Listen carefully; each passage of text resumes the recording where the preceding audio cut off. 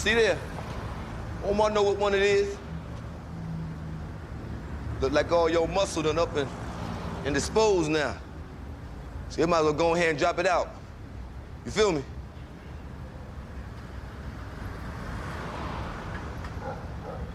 I'm obliged to walk up in there now.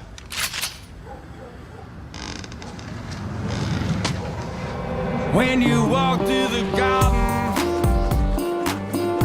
gotta watch your back. Well, I beg your pardon. Walk the straight and narrow track. If you walk Alex Cottrell and Toby Huntingford present Caught on the Wire. This podcast is an episode-by-episode analysis of HBO's widely acclaimed TV series about the city of Baltimore, its people, and its many problems. Find more information about the show and all the episodes online at caughtonthewire.wordpress.com. Hey there, welcome to Season 5, Episode 8, Clarifications. It's Caught on the Wire again, back for only 3 more episodes. Oh yeah. Can't believe that we really are coming this close to the end now. You looking forward to this episode? A lot of people do tip it as one of their favourites in Season 5, with the exception of the finale.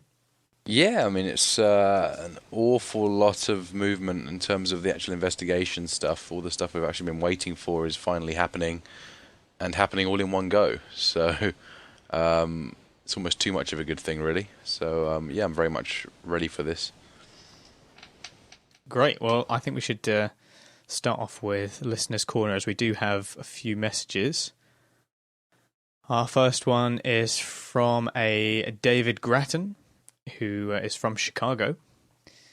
Hi there, Dave. He says, thanks for the podcast. As a latecomer to The Wire and a listener of many podcasts, I was surprised by the dearth of podcasts on this great show.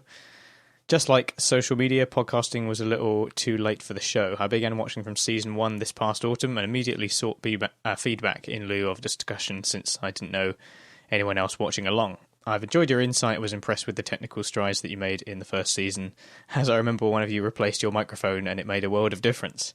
Yeah, we remember those, was it the first 2 or 3 episodes quite fondly, where there's like an alien frequency being picked up on one end of the... Yeah, I mean, one end of the line. It's hard to remember them because they're not actually really audible. I can't hear most of what I say in those podcasts, so the actual leap we made was pretty radical. Yeah, I'm glad we did. It might be worth going back and redoing those episodes. But I've not really listened to any of the episodes since we've done them, so I can't even remember, other than doing the editing, which has kind of been a necessary part of listening to some parts. But yeah, other than that, I've not really listened back, so I don't know how the Season 1 episodes must sound compared to them now. It's not going to be easy to listen to, I don't think. But we'll have to try our best, yeah. Anyway, Dave goes on to say, from the most recent show, I had some brief thoughts on donuts and milk. This sounded odd to me. Any American listener knows the line should have been, what's a donut without coffee? I really enjoyed the memory of a donut with tea that might have had milk in it. And what reporter isn't chugging coffee anyway? I wonder if this wasn't a deliberate move related to the role that this detail plays in his upcoming dispute over the story that ran in the paper. Of course it was deliberate, it's The Wire. Yeah, and as we discover, we were a little bit bemused by that comment from Templeton last week. This week very much explains it. Much I'd forgotten that it did play into Templeton's fabrication. And it was just yet another reminder to Gus, I guess, that every facet of Templeton's being is kind of dishonest. And it goes beyond the stories themselves. Yeah, it's like a really pathological thing going on with Templeton. Yeah, he almost just sewing that into everything. Exactly, he kind of thinks in lies rather than just spins them. It's almost like that's who he is. He can't really stop it. Yeah. Dave also says, your impression of Nancy Grace was spot on. She is a wretched predator who exploits those with the worst combination of bad circumstances and misguided desire for their 15 minutes. Also, your thoughts on the prescient nature of the show titles this season and connection to the nature of Scott's fabrications was genius, which is very flattering. I'm not sure it's the word genius is thrown around an awful lot these days. No, much appreciated, absolutely. Nancy Grace, I'm feeling like she's not Grace Sampson, is she? Oh, Nancy Grace is like the that lady that we saw on TV that Templeton was being interviewed by when he got some media attention. Oh, sorry. Yeah. My bad. Yeah, she was kind you. of like that sort of slightly scary looking lady. Yeah. Dave also says that I binged past seasons of your cast just as fast as 5 seasons of the show in about a month and withheld a great deal of feedback since I would have been far out of sync. One note has stuck with me, your comments about a character referring to a British accent. I think you question why the character, or worse yet, the writers would say British instead of English, Welsh, etc. This is a mistake many Americans would make, even the few of us with passports. As a group, we struggle with the differences between Great Britain, England and the UK. For much of the US population, there is no known difference. Well, I don't know if anyone would dispute that, but...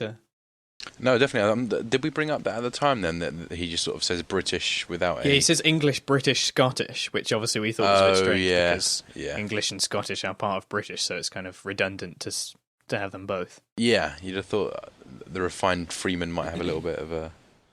But, you know, it certainly is an established sort of stereotype that it's not known on the other side of the Atlantic.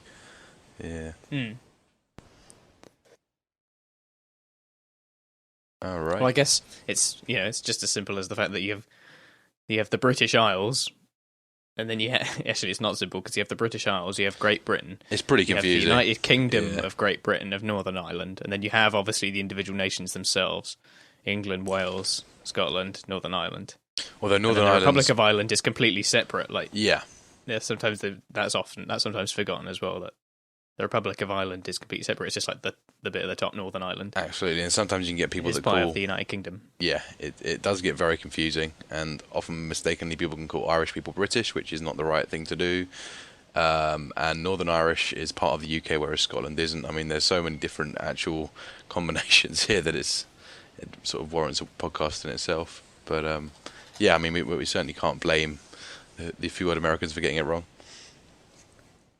Yeah, I mean, it's especially seeing as although the Republic of Ireland isn't part of the United Kingdom and isn't British, obviously technically, it is on the British Isles. Yeah, what you mean? Yes, that's right. So Ireland is a British Isle, but it's not part of Great Britain. Yeah. Yeah, exactly. Yeah. So well, Great Britain is the larger one with England, Scotland, and Wales. That's right. That's Great Britain. So, but the British Isles is both islands, and then you have the United Kingdom of Great Britain and Northern Ireland. Yeah, it's so. And then it is a bit confusing, to be fair. It is a bit all over the place. Yeah, part of that second island is in the UK, and part of it isn't. So yeah, it goes on and on. All of these weird political disputes. So. But thanks very much, Dave, for your email.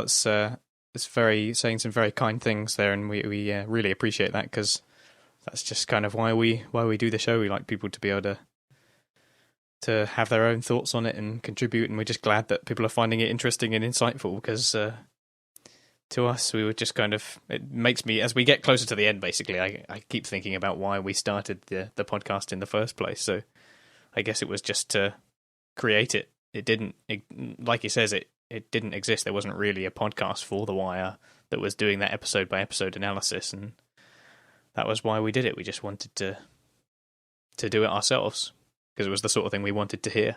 Yeah. And thankfully, since then, there's actually a choice now as well. It's not just like we're the only ones anymore. It seems to have been a few others that have come along the way, which is excellent news because I'm going to be enjoying listening to those as well. Exactly. There are plenty of others popping up now, so check them all out.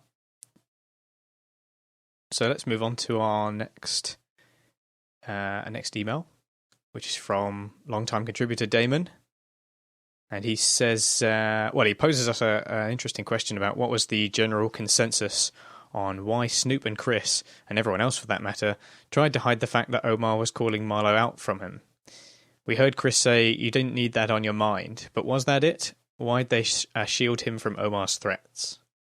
Ooh, there's a lot of speculation to be made here, isn't there? I think I might suggest that we withhold that because our very first topic of discussion is going to be this scene when we get to the recap. Yeah. So perhaps we should just thank Damon for the comment, and we're gonna dissect that fully in just a few minutes. Yeah, we will definitely be discussing that. So, good question. We will be sure to cover it then. We also heard from Gil once again as well. He let me just make sure I got the full message here. Okay.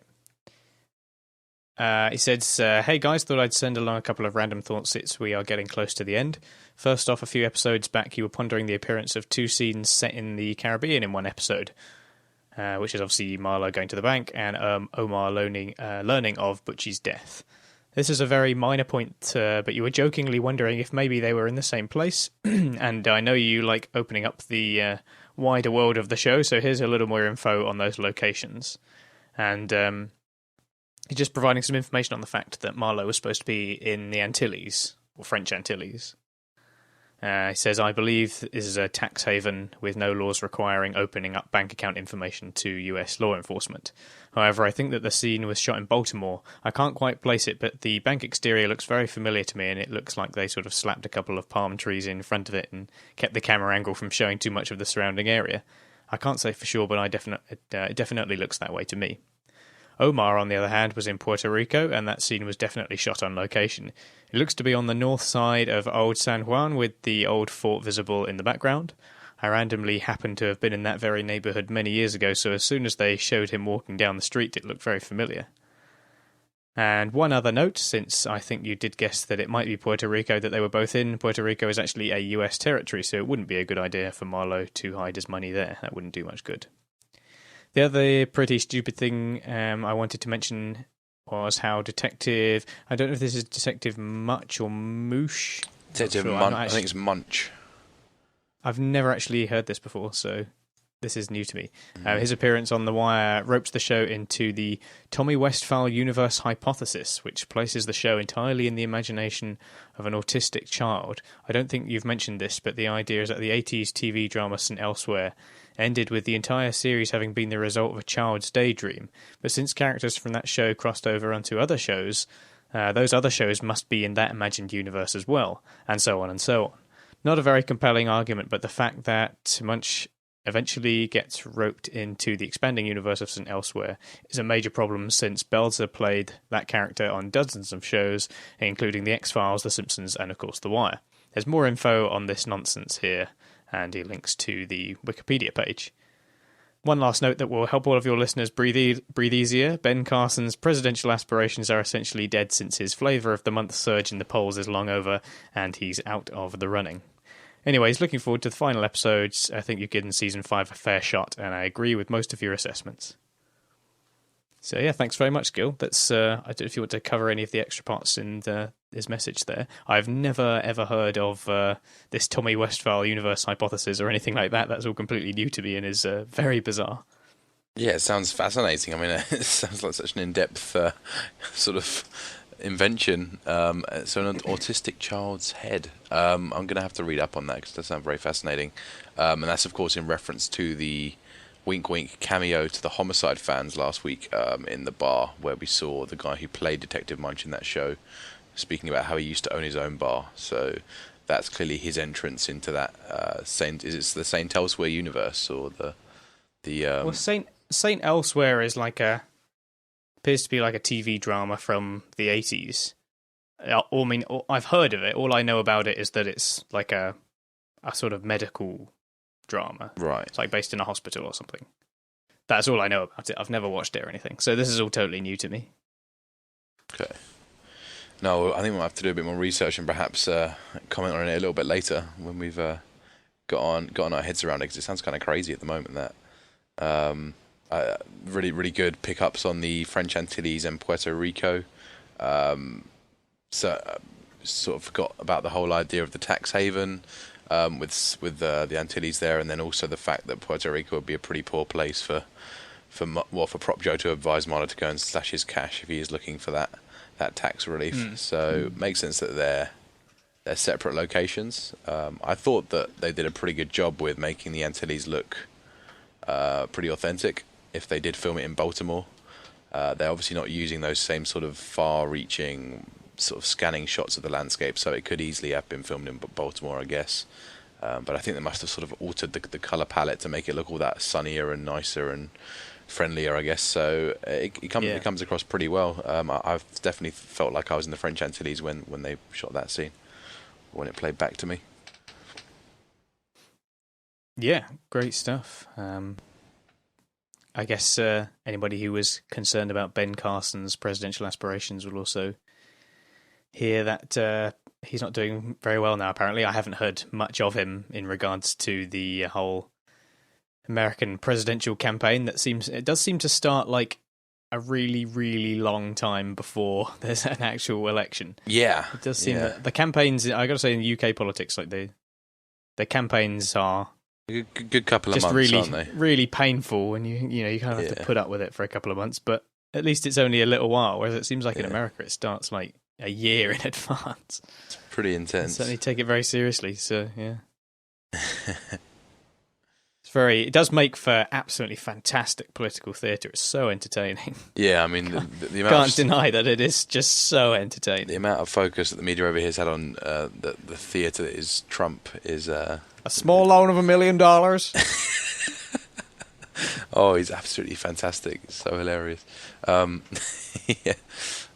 So yeah, It just feels so conflicted because obviously you don't want him to be president, but on the other hand, you got to admit it would be fascinating. the world would be a happier place. There'd be just so much laughter, I think. Well, for a short period of time, and then the policies get into. You wake up to the reality. Place. Yeah, You're like, oh my god, this guy is actually like in charge.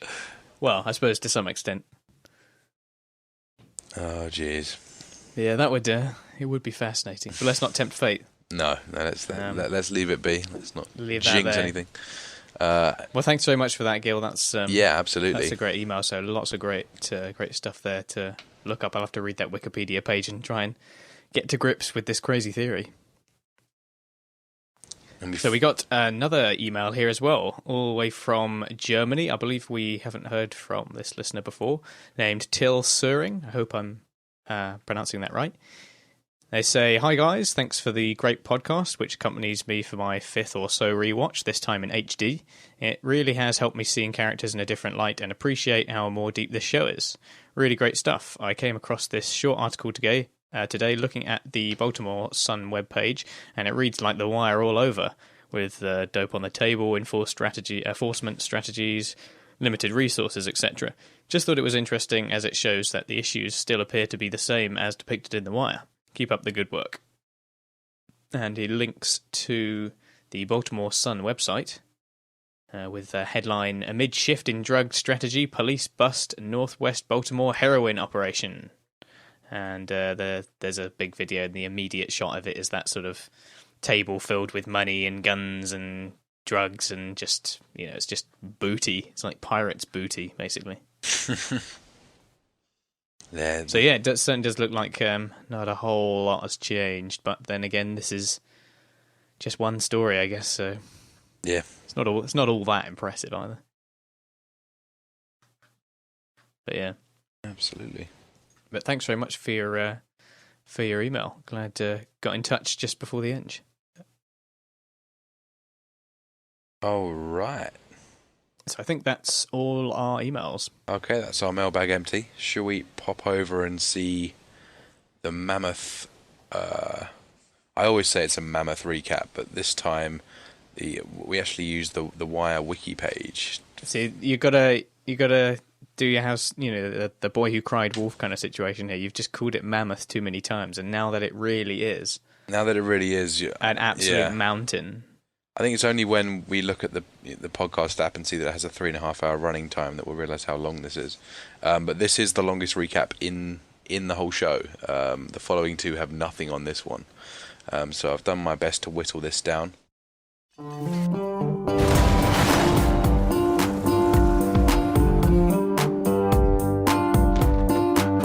He's got the fire and the fury. In terms of sections and strands, it's nothing too out of the ordinary. We're going to have some smaller sections with the Stanfield organisation and with Dookie. Dookie's got his own little section here as he's looking around for his purpose.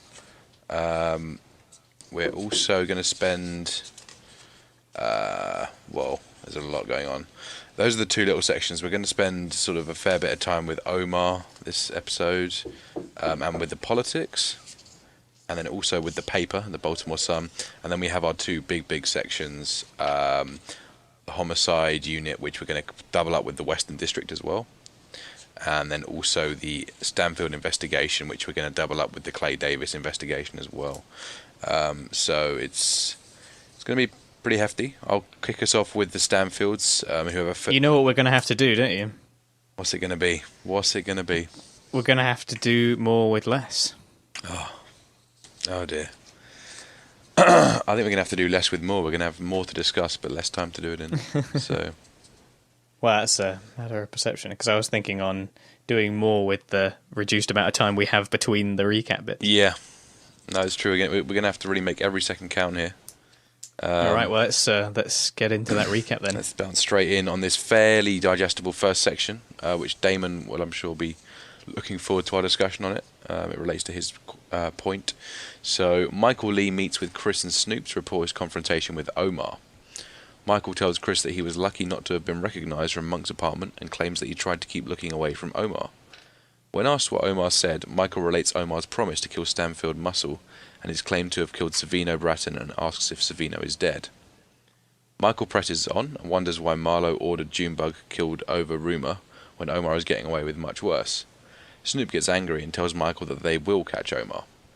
Michael asks if they will tell Marlo, and Snoop refuses to answer, while Chris tells Michael that Marlo has enough on his plate. Snoop tells Chris that Michael has a different opinion, and Michael begins to say what he would want if he were Marlo. Snoop pushes him and reminds him that he is not. Chris and Snoop then leave. All right, so yeah, I really like how out of place Michael looks in this scene, and not just in the way that obviously he talks about what happened with Omar and kind of going somewhat against the grain with these two hardened sort of lieutenants to Marlo. But it's also with him being there in these like light blue and white shoes, whilst Chris and Snoop flank him in military colours. You have this car each behind them. It's a really nicely arranged scene with Chris stood with his arms crossed and the truck facing away from the conversation, and Snoop sat on the bonnet and the other car with it facing towards, and sort of Michael right in the middle of it. I really like that shot for some reason. Yeah, no, it's a very nice sort of symmetry going on with it there. And the idea of the power difference between these guys, even though we are starting to finally see Michael gain that independent streak properly. It's almost like last week Omar sort of handed over the Omar baton to Michael when he held him at gunpoint. Particularly seeing as this week at this point in the episode he's already dead, I think. So it's certainly nice to see that Michael is very quickly taking his place. And yeah, it's interesting that they've shown so little of Stanfield throughout Omar's sort of murderous rampage. They've really kept what's going on there a secret. And we're finally here seeing Omar's word getting back to the bosses. It's hard, considering how streetwise these guys are, it's hard to imagine that they don't know about this. But there is at least an element of denial, or if not ignorance about it, from Snoop and Chris. And kind of an odd look of terror on their faces, I'd be so bold to say, really. I guess they know they're ultimately responsible for sorting out this Omar issue. Yet he's impossible to get a hold on, apparently, despite the show kind of being a bit conflicted on this. Omar has been depicted as pretty weak and vulnerable, especially in this episode. But I guess the mythos of Omar makes him very hard to actually touch or want to go out and find. So it's certainly an interesting situation we're seeing here. Yeah, it's in regards to about why they would keep that information from Marlo. Like I say, I think fear is a big element because they're presumably not used to being beaten in this way. They're obviously a bit worried that they're not, for once, they're sort of not capable of doing the job that they've been asked to do. There's just that kind of that very entrenched mentality that they have about not showing any weakness whatsoever, like just none at all. Yeah, I guess this is very much out of their comfort zone in that regard. it's almost annoying that we don't get to see Marlo until Omar has gone. We don't get to see what Omar is suffering through as his name is being sort of screamed out in vain by Omar. In fact, the very first line he has when he comes back is, "Didn't you guys know that he got?" So the whole time, I think the last time we did see him was when they were doing their hunt, the Spider-Man shit. So he certainly has been hiding out this whole time. I guess he's been able to take it pretty easy. Yeah. Again, I mean, the show is just being a bit cryptic about how much they really know about this. I mean, we can assume that Chris and Snoop have gone and built a wall around him in the same way that Stringer did Avon. Or perhaps they just let it slide and hoped Kennard would come along and drop him. But yeah. It's just good because there's no right answer at all in this situation as to why Snoop and Chris behave as they do. But there's certainly a number of possibilities as we've explored here. Yeah, there's a few options going on. We do just have to speculate based on what we know about their actions so far. Yeah. I don't think it's ever kind of really talked about other than just, you had enough on your plate. I think you're probably onto the right scent really when you say that it's an out of the comfort zone thing. This is a very unusual situation, an unusual vulnerability for the organisation in general. So yeah. And I think Snoop's anger with Michael speaking out of turn is mainly to do with Omar rather than to do with Michael himself. I think it's just sort of the wider frustration. Although, it is interesting to see that Michael is now willing to let his reputation slide. He sees the value in letting your reputation slide for the greater good, which is certainly something that, again, is very much outside of the comfort zone of Snoop and Chris, and sort of exploits their fears, I guess. And he's doing what, despite how we've seen his path that he's taken, where he's realised that he's had to put himself in this situation within the Stanfield investigation. They've approached him and done something that no one else could have done, a problem he couldn't take to anyone else. So he's been indebted to them and tries to involve himself in their organisation. So although we kind of get the inevitability in that, I also feel like he was going to start asking these kind of questions sooner rather than later. I think Michael's just too much of an independent to be able to be quashed by anyone even as fierce as Snoop and Chris or Marlo. So he's still asking those questions and always being a little bit of a contrarian if he can, just because he wants to be very much an independent. I think it's just the McNulty situation, isn't it? He's very well qualified for the job he does, but his sort of outlook on the job in general and his morality about it makes him have these insubordinate tendencies which are really starting to rear their heads now that he's had some time to settle in. So I guess it sort of marries up quite nicely with the way that works in the police. And then if we include, I don't know if you're including this part where they find out from. No, I'm gonna go straight to Omar, but we are going to cover some more Stanfield within that. So right, okay. I'll save what I've got for those bits then. Okay, so we're going to go for some short sections. I think this is going to be the shortest we see during this episode. So we're actually going to pop over to the Western District for a little bit. Officers, truck and dozerman stop for a snack and they're approached by a limping Omar. He tells the police that 2 drug dealers on a nearby corner are carrying weapons. Truck and dozerman arrest the offending dealers as Omar approaches the corner through a back alley. He passes Kennard, who with a group of other children are torturing a stray cat. Kennard does not flee when he sees Omar. He walks down the block to a vacant house and demands the rest of the stash, threatening to enter and open fire with his shotgun when there's no response. The stash is dropped out of the house and Omar throws it down the drain while shouting about Marlo's fear of facing him. Omar goes to a corner store to buy cigarettes and is shot and killed by Kennard while at the counter. Kennard is stunned. He drops the gun and flees the scene. Wow. Well, so before we get to the big news, I guess we should take a look quickly at this first part. Didn't see this one coming, did ya?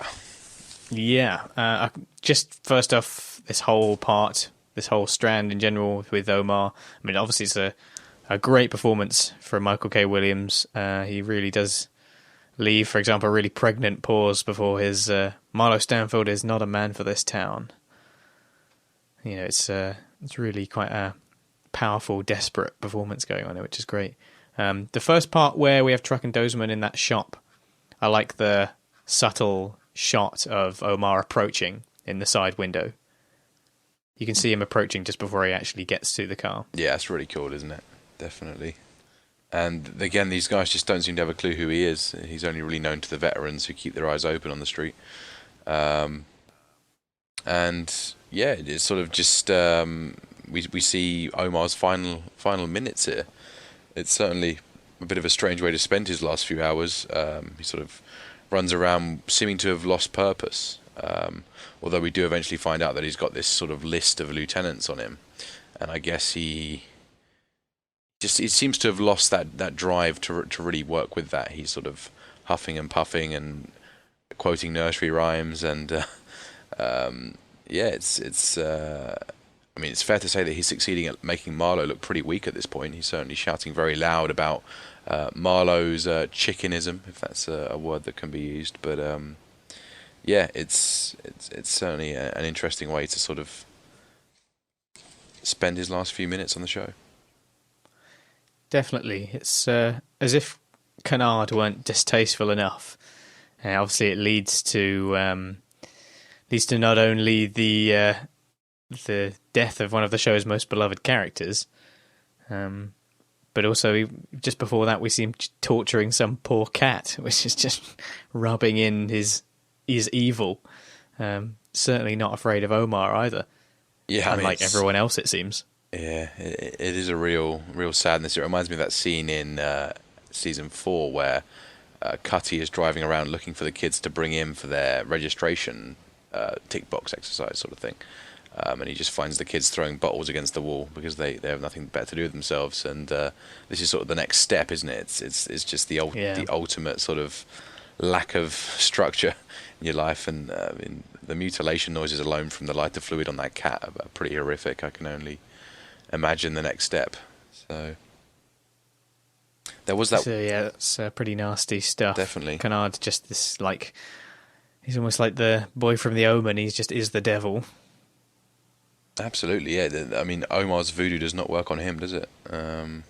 So he's certainly doing it. Well, I don't want to be too kind of obtuse about it. I mean, obviously, what it's presenting here with Canard is someone who has had to become that kind of character in order to survive. I mean, he's so young. Obviously, he has no other options in life. Has most likely got. I'm sure they could have expanded his backstory to his home life. I mean, that would have been pretty fascinating, I think, to see what, if any, kind of home life he would have had and possible upbringing. Yeah. And obviously, he's so young, he had to become incredibly fierce just to survive on the corners and carry himself like he's the biggest, nastiest person in Baltimore, even though he is this kind of tiny little boy. But he actually demonstrates that he really is capable of causing some serious damage just out of pure curiosity. Of course, we see him in season 2. Season where 3. He is with the... Is it season 3? Yeah, that's right, where he's playing Omar at the start, right? Yeah. Yeah, he's amongst those kids where they're like pretending to be Omar. Yeah, it's odd, right? His sort of first appearance is, again, foreshadowing to one of his final appearances. In fact, his final appearance is him being arrested for the murder of Omar, which would make sense, having left those prints on the scene very, very obviously. But yeah, it's certainly an interesting point that his bookend scenes on the show sort of follow on from each other quite nicely. I thought it was interesting that, as well, did you notice that Omar is not limping when he enters that shop? Oh, yeah, okay. That's a good point, yeah.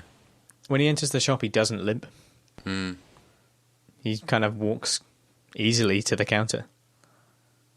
So I'm trying to work out if that is meant to mean something. Is it deliberate, or is it just a continuity error? Just forgot. It may well be. I mean, it's certainly got more drama because it's very close up on the face, isn't it, this scene? So you could still obviously see a limp. You could see that he'd be sort of leaning down further on one side, but perhaps it just sort of came across as more dramatic to have a slow stroll into the shop.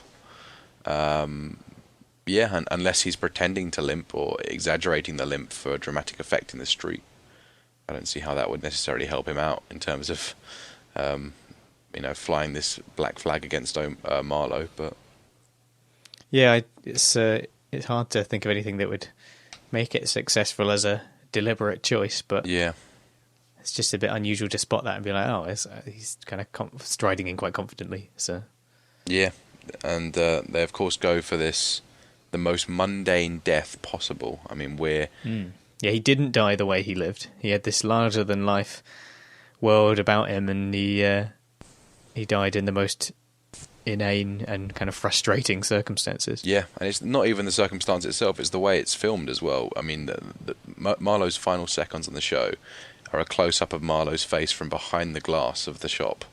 Omar's face. Of Omar's face. Sorry, yeah. He's a bored face nonetheless, as he is waiting for the shopkeeper to locate a soft pack of Newport cigarettes, and that's the entirety of his climax. The next frame, he's already dead whilst he's standing up. He's shot right in the back of the head. So it just sort of goes to show that they really were going for the absolute most sort of mundane possible death. And when you watch it for the first time, it really does come out of the blue. Yeah. That's one part of me I do kind of always dislike about doing the rewatch is that moment. You know it's coming from that point forward because you don't forget it, obviously. So once you've seen it, the surprise has gone. But I do remember the first time I saw that scene. It literally comes out of nowhere. You don't expect it at all. Yeah. And then you see that it's Kennard, and it's like, I don't know. I did, could not be more hatred. I did feel like there was a level of tension to the scene, particularly with you see just his face and the door is opening. You can hear it in the background, and there's these footsteps coming in. There is a certain kind of something off about the scene. They've done something intentionally obscure in order to create unease. There's perhaps the more dramatically optimistic among us are thinking it's Marlo finally making an approach. But I have to admit that when I saw it the first time, it really did surprise me. Yeah, I mean, I quite like the scene just for its tension. It is one of those scenes that is both mundane but also draws attention to itself by being mundane. Well, classic one. And yeah, I mean, late into a show, it can make for a very unsettling atmosphere. I'm thinking specifically of the end of the first half of season 5 of Breaking Bad, where we suddenly cut to this mundane, domestic, tranquil scene for no apparent reason, and the fact that it does that alone is enough to make someone very unsettled. And it's the same sort of thing here, really. Yeah, absolutely. It's a very clever use. Certainly a lot to be said for it, going over it again. And yeah, it's interesting how Kennard's demeanour is finally changed for the first time in the show, but by this very act. He actually realises what all this curiosity and play acting has got him, where the real action lies, and whether or not he is quite so proud of himself now. Yeah. He's even shocked enough to leave his prints right at the scene. He can't think far enough ahead to completely, remove the most basic piece of evidence from that scene. Perhaps he is shocked to learn that Omar isn't actually immortal. Perhaps this it was all a lie told to the street by the street, that Omar was just this mythological immortal character. Yeah, that's true, actually. And Kennard was the one who broke that spell. Well, even the story behind it when Bunk arrives is, he must have died holding the place up, because he wouldn't have just been killed. No one would have just pulled a gun on him. Yeah. Definitely, yeah. So yeah, this just reinforcing that strong mythology around Omar. Absolutely. And just before we move on, when you mentioned Kennard's mum, I don't know if she's the woman who Dookie referred to who boils cats. Yeah, it's the only connection I could think of to cat mutilation in the show. Pretty dark connection at that. But there's a couple more Omar sections. One of which is sort of popping back to the Stanfields in the aftermath of all this. So Chris and Snoop cruise the streets, still hunting Omar, when they receive a coded message, a clock face, from Marlo to organise a meeting. Chris reports that there's no sign of Omar, and Marlo is surprised to be relaying the news to them. Snoop is annoyed and asks Marlo who killed Omar. Marlo reports that it was a young boy, but doesn't have any more details. Marlo reminds Chris that he's planning a trip to Atlantic City to celebrate, and Chris nods. Okay, so yeah, this is maybe the happiest that we ever see Marlo. He really does seem really, really relaxed and almost jubilant about the death of Omar. Yeah, it's sort of again, as I was saying, we only get to see Marlo's take on all of this once he's been got, and again, you'd expect him to be very jubilant and celebratory, and I guess the idea behind that is, as viewers and by extension the street, as far as we're concerned, his confidence was never knocked by this. And if it was, we would not be allowed to see it. He'd go and hide away. And it would be interesting to see how he was keeping his cool during this time. We're not allowed to see it. So, yeah, it's just another great moment. And for the second time, Marlo proposing the Atlantic City getaway. Yeah, I think it's an interesting point about us not getting a chance to see it. And much like, we kind of get that real representation of the characters. We don't get any insider information, really, with Marlo, certainly not of that type. So it helps strengthen a certain mythology that Marlo has as well. Yeah, sort of it builds up tension around both those characters, definitely. The way that these final few episodes have gone for both of them. Marlo has really been kept under wraps completely for the last couple.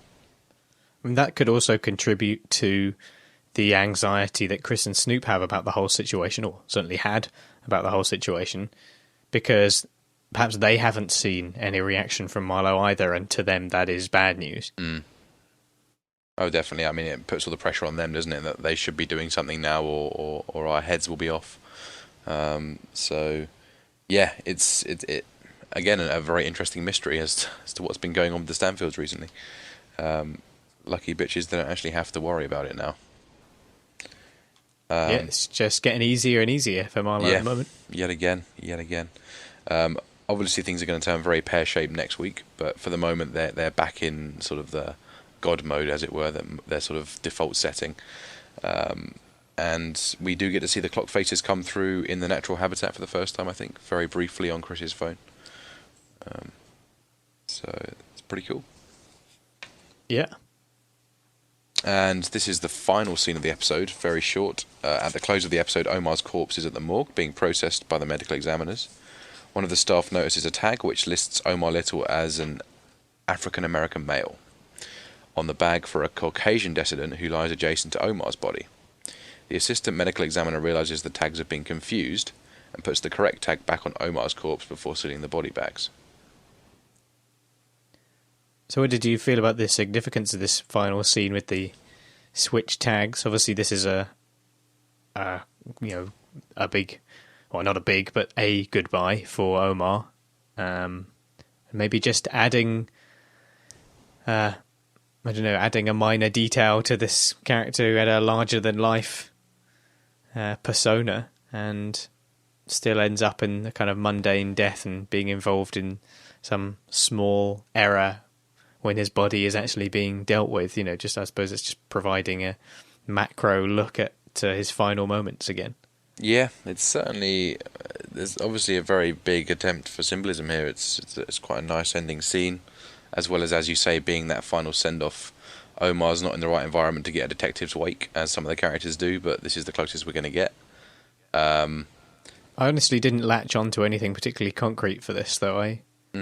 Nothing really grabbed me for the switch tags other than it just being a kind of facetious look at his final moments. Yeah, I mean, it's interesting. I mean, it ties in a little bit with Gus later on when Gus scratches Omar's obituary in favour of a fire. I think it's the idea that Omar is a very important character to so many people in this city, yet certain segments would not bat an eyelid, would not know who his name is, would not understand the character. And, it was only because of his, the African-American tag on the other bag that alerted the coroner to the fact that his body was in the wrong place. Otherwise, he would have been buried with a false identity, perhaps, with the wrong identity. So I guess it's just the idea that Omar Little is gone and unfortunately forgotten, although not to those that are actually sort of in the street where Omar did wreak havoc. Okay, so any more bits that we want to cover for Omar? No, I mean, Omar normally has a very brief section. That's probably the longest we've spent with him, and that's the end of him, I'm afraid. It's been a good ride. But we are now going to go and tackle one of our hefty sections. We're going to look at the Homicide unit, and the Western District is also intertwined with this as well. So, firstly, McNulty addresses the police commanders, Mayor Carcetti and Norman Wilson, at a Comstat meeting. McNulty reports that the killer is working in South Baltimore because of the concentration of homeless people in those areas. Carcetti asks McNulty for leads on the missing homeless man, Larry, and McNulty reports no new information despite thorough checks. Rawls asks after the FBI profile, and Daniels reports that he's arranged for a visit to discuss the case at Quantico. Rawls jokes about the killer's motivation and the sexual nature of the crimes. McNulty's requested Carver, and Daniels wonders why he has chosen Carver over a man from the patrol districts. Sorry, my madness is going today. Scratch that last bit. Daniels asks McNulty what else he needs to solve the case, and McNulty requests surveillance teams, ostensibly to follow known sex offenders and persons of interest. McNulty's requested Carver, and Daniels wonders why he was chosen over a man from the patrol districts where the murders occurred. McNulty claims that Carver's past experience with prolonged investigations will be an asset. Carcetti asks Daniels what they are doing to prevent further murders, and Daniels reassures him that they have extra cars assigned to areas where the homeless gather. McNulty claims that he requires good undercover cars for the surveillance, but that the motor pool is depleted. Carcetti authorises car hire if necessary and leaves the meeting. Rawls jokes that they must now catch the killer, but the mayor is finally willing to pay for the police department. Okay, so we have McNulty awkwardly going through his prepared statements. No doubt he has done a lot of work to make sure that everything he's going to say is watertight, as we've seen that he has a lot of consistency in his deception, as opposed to Templeton, who we see later, who has become sloppy, which is a nice comparison. But I do still laugh a little bit when the top part of the podium almost comes off when he leans on it, as if the more he leans on command to get the resources for Marlo's capture, like the more his story starts to unravel. That is brilliant. I've never noticed that. But that seems like the perfect sort of symbolism for what's going on here. Sort of the sandcastle that he's built this story on. Because this is it, isn't it? This is like kind of like where it really starts to come undone. Now that Greggs knows, I mean, as we know how it progresses from there, I mean, that's it. His cover is now blown. Yeah, I mean, pretty much. This is the height, certainly. It's not going to get better than this, what he's got at the moment. And it's all going to start to unravel. And it happens for Templeton a little bit quicker than it does McNulty, but nonetheless, the cracks are showing. And it is nice to see McNulty sort of having to rationalise all the investigation here. And it's a nice mixture of obviously real cases and fabrications. And he's certainly excelling at treating it like that real case. We're seeing now how Lester's suggestion that you should treat it as a real case perhaps sounded a bit unnecessary at the start, a little bit like time wasting, but now you can get to see that it's really paying off now that it's gained so much traction. And of course, Carcetti seems to open that final floodgate of funding, the surveillance vans, and as we see very shortly afterwards, that brings the police department's funding back to their original levels. So I guess this scene is sort of symbolic of showing us the ultimate support of the city behind the police now. McNulty's goal has been attained, as it were. That's right, yeah, having anything that they need thrown at them at last. Yeah. Anything else for this scene, or should we move on? No, just obviously all these can appreciate just how far they've come with their big plan to get Marlo. It really has, like you say, it has reached the height now that they have the ear of the mayor and all of the police commanders right there, and McNulty laying it out as though it's a real case. So it's incredible the detail that it's gone to, and I do like. No doubt mention this again, but I do like the comparison between McNulty and Templeton throughout this season, where you have a lot of lies and stories and deception on both sides, but it has to be said that McNulty is far, far more consistent than Scott. Oh yeah, he certainly thought it through. So it's going to be good to see as both of their lies are unravelled here. And we get that great scene where, of course, McNulty is questioning Scott as to, I don't even know why you did it. Oh yeah, he completely owns Templeton in that moment. It's very satisfying. So I think it might even trump the moment where he owns Brianna in season 3. Okay. Should we move on to the next section? Yep, so McNulty meets with Carver to discuss his joining the homeless murder detail. Carver asks the same question as Daniels, why choose him over a sergeant from the district? In the Southern, McNulty admits that there's a hitch and closes the door. Carver tells McNulty that he does not want him or any of his people to get burned. McNulty explains the situation. Freamon is following up a new lead on Stanfield. Carver guesses that Freamon is actually running a wiretap and McNulty denies any knowledge. Carver reveals that he gave Freamon the cell phone number Stanfield is using, but McNulty continues to deny involvement. Carver guesses the bosses stiff-armed Freamon and is aghast that they are willing to allow the vacant murders to go unsolved. Carver asks about the paperwork and McNulty offers to handle that aspect for him and asks Carver to send him people willing to work. Carver nods his assent and McNulty goes to leave, but Carver stops him to ask about cars. McNulty tells him the department has an account with a hire firm. Carver chairs a meeting with his newly assembled surveillance teams. Officer Bobby Brown is pleased to learn that unlimited overtime is available, and Dozeman quizzes Carver about the other cases they might be working on. Carver explains that the Major Crimes Unit is running a drug investigation that might need surveillance work. The officers are very pleased when Carver gives them the keys to their rented vehicles. So here's our sort of Western District section. We haven't seen these guys in a while. Yeah, Carver is smart enough to know what's going on, clearly. Yeah. But McNulty sussed out, and of course he did deliver that information to Freamon, so he's able to put the dots together. And oh yes, there's an investigation going on. He kind of makes a point about the way that time is progressing in this season as well, because obviously we have less episodes. There's also time progressing faster as well. He says that he gave that information to Freamon not 2 weeks ago. He says, but it was only a couple of episodes ago. So. There's kind of a lot of time passing between these episodes as well. We're seeing the advancement there. But yeah, he's smart enough to join the dots and see what's going on. Yeah. And McNulty very cleverly just pretends he doesn't know anything. Doesn't even try and put his foot in it, just knows what not to say. Yeah, definitely. And I like the fact that he obviously spent a year at least with Carver in the Western last season, and he got to know how trustworthy the guy's become. So it makes sense that he'd feel fairly comfortable just going up to Carver and making this clear. And Carver's reaction is very much an indication of him showing shades of stepping into those Colvin shoes. He's frowning upon it at first, but ultimately accepting of what McNulty's trying to do here, agreeing to help.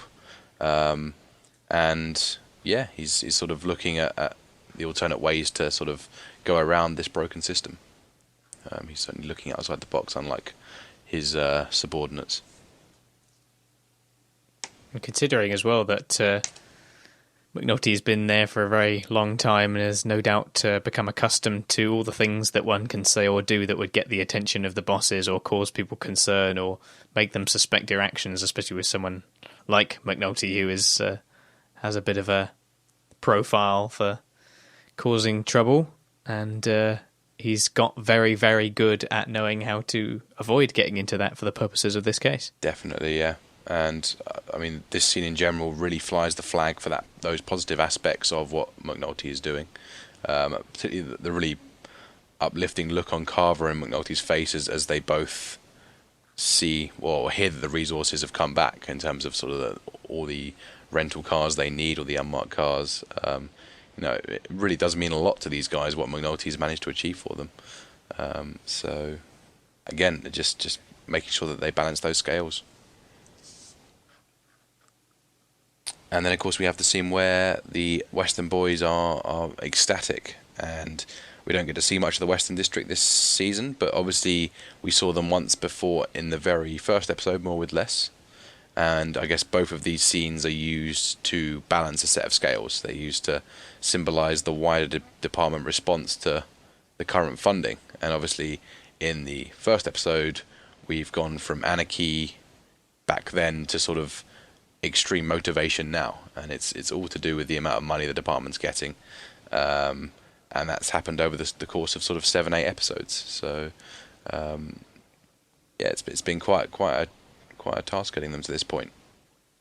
It's nice that they've picked up on something that they focused on a little while back when the season started, about the issues with the cars and the motor pool, and it was a problem that arose, and now that they're dealing with it again, the situation has changed, and we're seeing a far more engaged and unified police force. You can see the positive effect that this funding is having, and their ability to do their jobs properly and efficiently.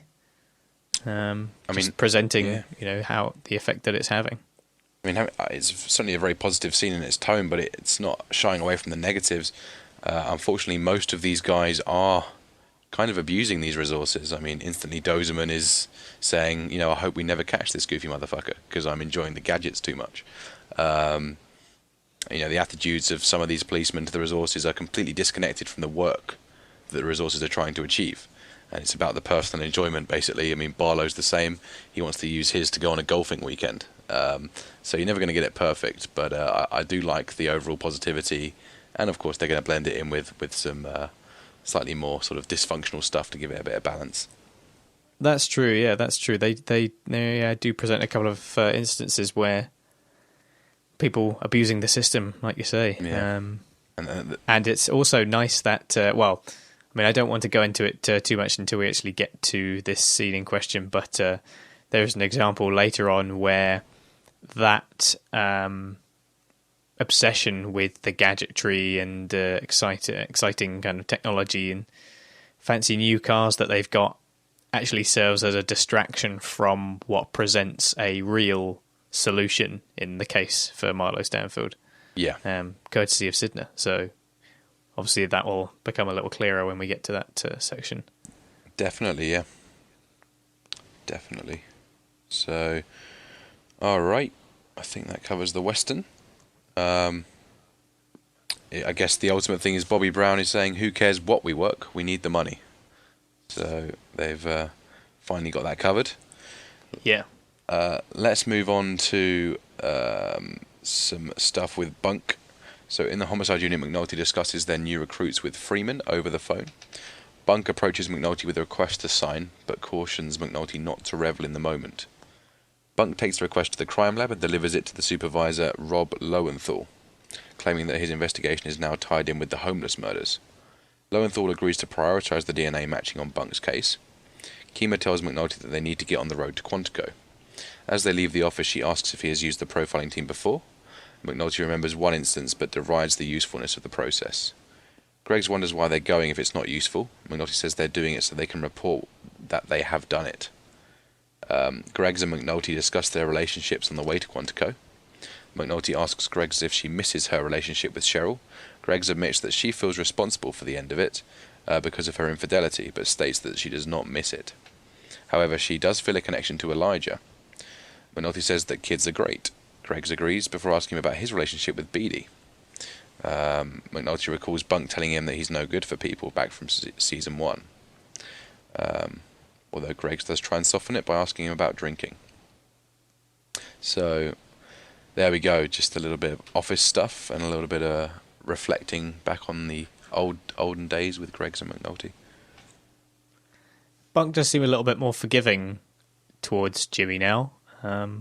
This is a kind of an instance of that later on in the episode as well, but here obviously he's desperate enough to take some of those resources that McNulty is offering, and does also cheat his way a little bit into getting an earlier trace back. Yeah, I mean, it's certainly, talk about the height of McNulty's fabrication. This is really showing all the positives left, right and centre, and even Bunk can't really escape now from what he's achieved. And it is quite funny seeing how begrudgingly Bunk is accepting the fact that he's going to have to use these, with Lowenthal being so overworked down in the lab. You do have to wonder, though. I mean, McNulty must have some serious paperwork on his hands, having to log all of these hours of other people and stuff like that. I can't imagine he has all the patience for the mundaneness of all that. But I get. Well, we have seen that he's very capable of throwing himself into his work when it has some greater plan. I mean, it just makes me think back, for example, when there's that. It's like a montage of him working through the night to establish that the body found in the water was found on the city side, is not across the county line. Yeah, that is true. So he's demonstrated an ability to do a lot of that mundane work in order to prove his point. And obviously we've also seen that he's not been at home and he's not really been putting any time into anything else. He's not even seemed to have had the time for drinking. So he's certainly been busy and dealing with all of that paperwork, like you say, that he must have if he's dealing with this many resources and this much reassignment of those resources. Definitely, yep. I think that totally covers it. And then I also like McNulty's sort of take on the idea of the psychological study. They tell you back some stuff you already know, basically. It's sort of an interesting way that even when the system thinks it's functioning properly, it's got all the resources it needs and it's putting in all the efforts to catch this guy, it's still wasting resources on, crap psychology. Although this could perhaps just be a point on McNulty's stance on psychology rather than the show's wider stance on it. Yeah, it's interesting that's kind of McNulty's take on it. It's of course ironic how what McNulty actually finds out from the psychological study, he knows but he doesn't know. It's kind of a weird sort of learning curve for him when he finally realizes what the content is. Yeah. And then we have Lowenthal again, back from the lab, the sort of comic relief guy. Now that Carver has become ultra serious and Herc to some extent, I guess we need some other funny characters around. And yeah, this guy never ceases to make me laugh. We've seen very little of Herc, haven't we? He really has gone under the radar until his big moment. Well, he's kind of had his big moment, I suppose. Yeah, I mean, he'll of course have another big moment when he breaks the case. I think it's either the next episode or the episode after. But yeah, they really do use some characters quite sparingly this season. I guess all part of the time constraints, perhaps. Drop in and fuck with the program. Yeah, absolutely, yeah. So I guess the final bit is the drive towards Quantico with McNulty and Greggs. Yeah, they have a little chat about relationships and the like, and we have Kima talking quite candidly about her relationship with Cheryl and Elijah, and there's a lot of parallels have been drawn between these two characters throughout the whole show, so it's nice to see them working together a little bit more directly and how they've shared some similar life experiences. I think we maybe see a genuine feeling towards their children on Greg's part that we never see from McNulty. He never really talks with much passion about his own kids. Yeah, that's true. They're just there occasionally in some event that he has to go to. Yeah, no, definitely. Does make a minor effort here and there, but I feel like Greg's connection with Elijah is a kind of burgeoning thing and is very heartfelt and contributes to arguably one of the sweetest moments in the whole show, I think. Because we never see anything like that from McNulty, so creating these parallels between the shared experiences and sometimes shared actions of these kind of characters, but also where their differences lie as well. So it's quite nice to have that moment of reflection just before they get to Quantico. Yeah, absolutely, yeah. And of course McNulty going right back to season 1 episode 8 Lessons, where Bunk in his pink dressing gown really wounds McNulty through words when he says that you're no good for people. So it's a little bit not fun for him. Oh, I think Lester said something very similar, didn't he? You set fire to everything and walk away while it burns. Yeah, so he's had his moments of learning, I'm sure. Yeah. All right. what's next for our big old Homicide in Western District? We're now going to go and hear about the FBI profiling session itself. So the FBI profilers begin to describe their assessment by noting the inconsistencies in the killer's behaviour in terms of the timing of his crimes. They also recognise that the killer is unusual, as previous serial killers targeting the homeless have been homeless themselves. Union's Deputy Director Arthur Tolan interrupts the meeting and brags about his work on high-profile cases and television series like CSI. The homicide detectives are unimpressed, and Tolan leaves deflated. His subordinates tell McNulty and Greggs that Tolan was the lead investigator on the Unabomber, but the Unabomber, sorry, yeah. But the detectives remain unimpressed as the investigation stretched over 16 years and was broken by the perpetrator's brother coming forward as an informant. The FBI agents continue the profile. They conclude that the suspect is most likely a white male in his late 20s to late 30s, not a college grad but feels superior to those who have advanced education, likely employed in a bureaucratic entity. They continue that he has a problem with authority and a deep-seated resentment for those that have impeded his progress professionally.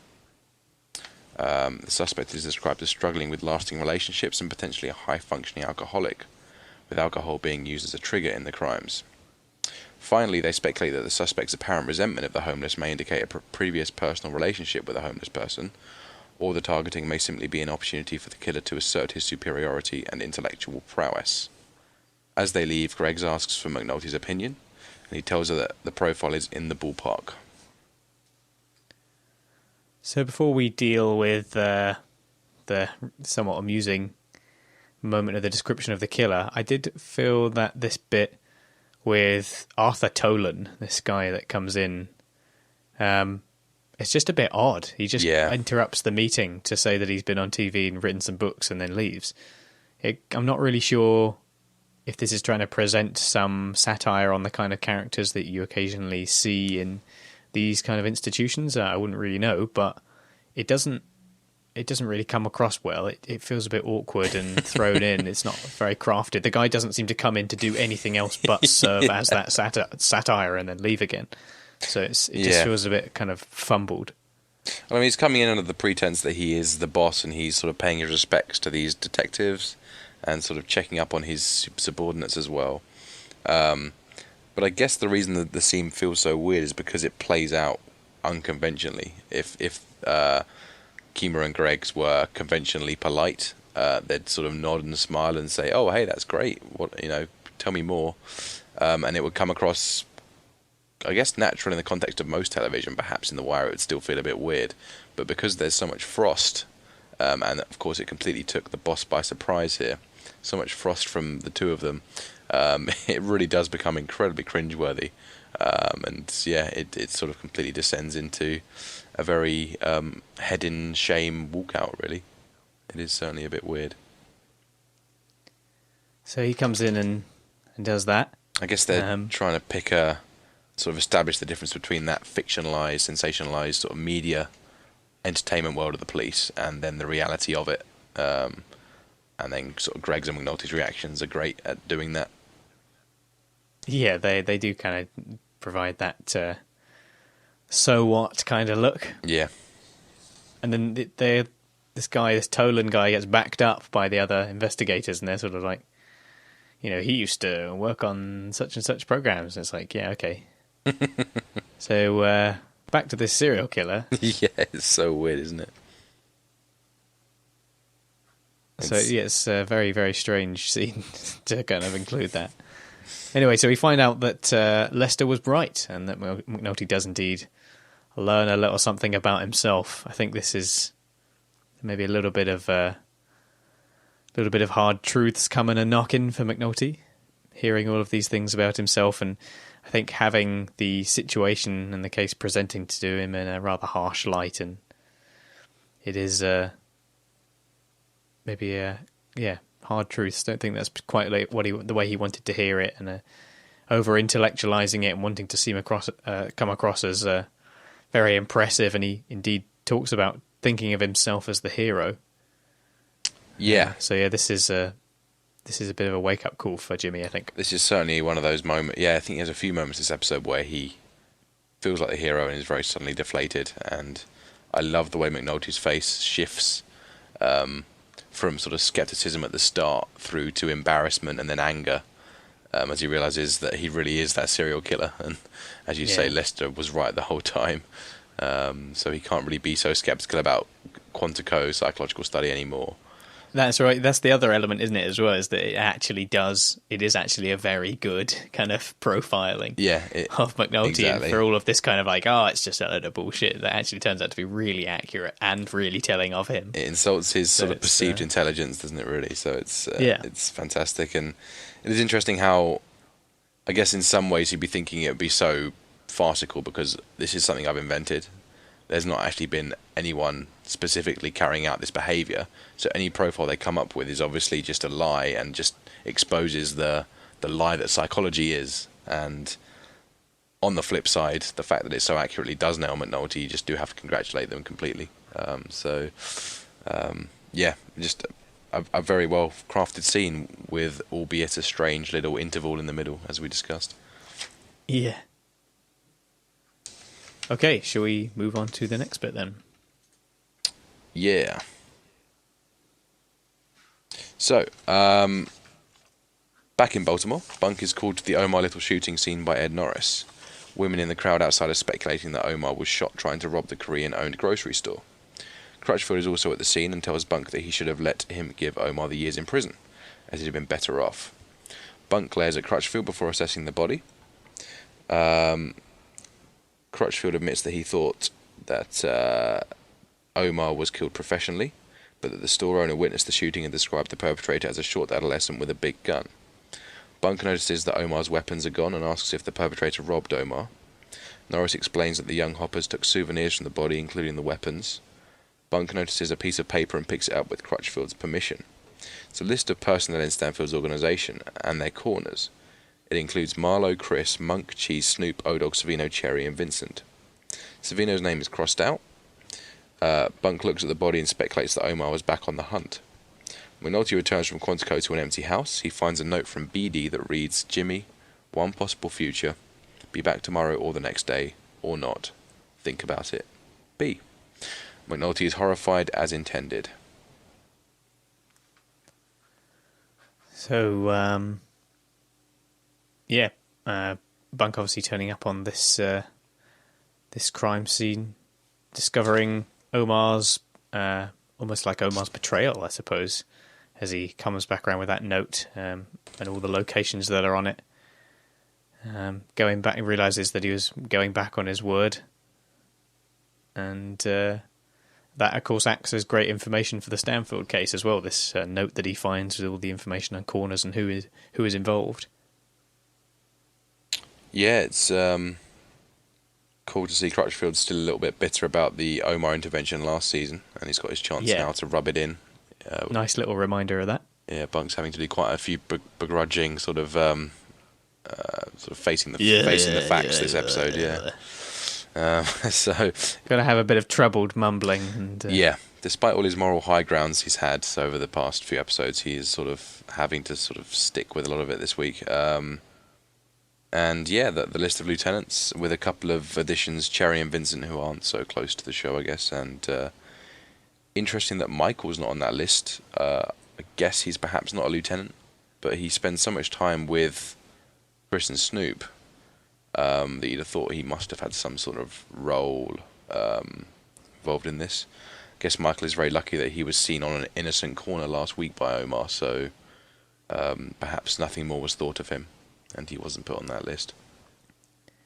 I mean, he obviously didn't recognise him from the incident at Monk's condo. But although Michael has been somewhat involved with Chris and Snoop quite a lot, I guess he's not really heard anything of him. His name hasn't rung out on the street or anything, so he's not had any reason to believe that he'd be a major figure. Yeah, Michael's certainly lucky, But I guess he is the sort of guy who keeps his head down. So it's interesting that the Stanfields also used a list when they originally went to hunt Omar down as well. The difference is that he seems to know where all of them lay their heads. Obviously, he sort of scoped out their corners. So guess just a bit of a shocking aftermath for everyone there. Yeah, trying to deal with obviously a lot of speculation going on, dealing with the death of this known stick-up artist. And like I said before, there's that conversation going on about outside with the mythology of Omar. You know, he was killed robbing the place. It wasn't that some little kid came up and shot him. Obviously, we see the real story inside, but the word on the street is that he must have been trying to rob the place, because that's the only reasonable explanation, it seems. Yeah. It's like the first way of understanding what has happened. Yeah, it's really good, isn't it? Yeah. And then we have our little sort of part one of Jimmy's domestic aftermath. The first time we've seen him can even think about what's going on at home in the past few episodes anyway. And he's sort of here walking through his physically and metaphorically sort of empty, drained home, I guess. Empty, drained home life. And there's an eerie sense of abandonment from the rest of his family. Everything is neatly arranged in the house. It's clear that they've been gone for a while.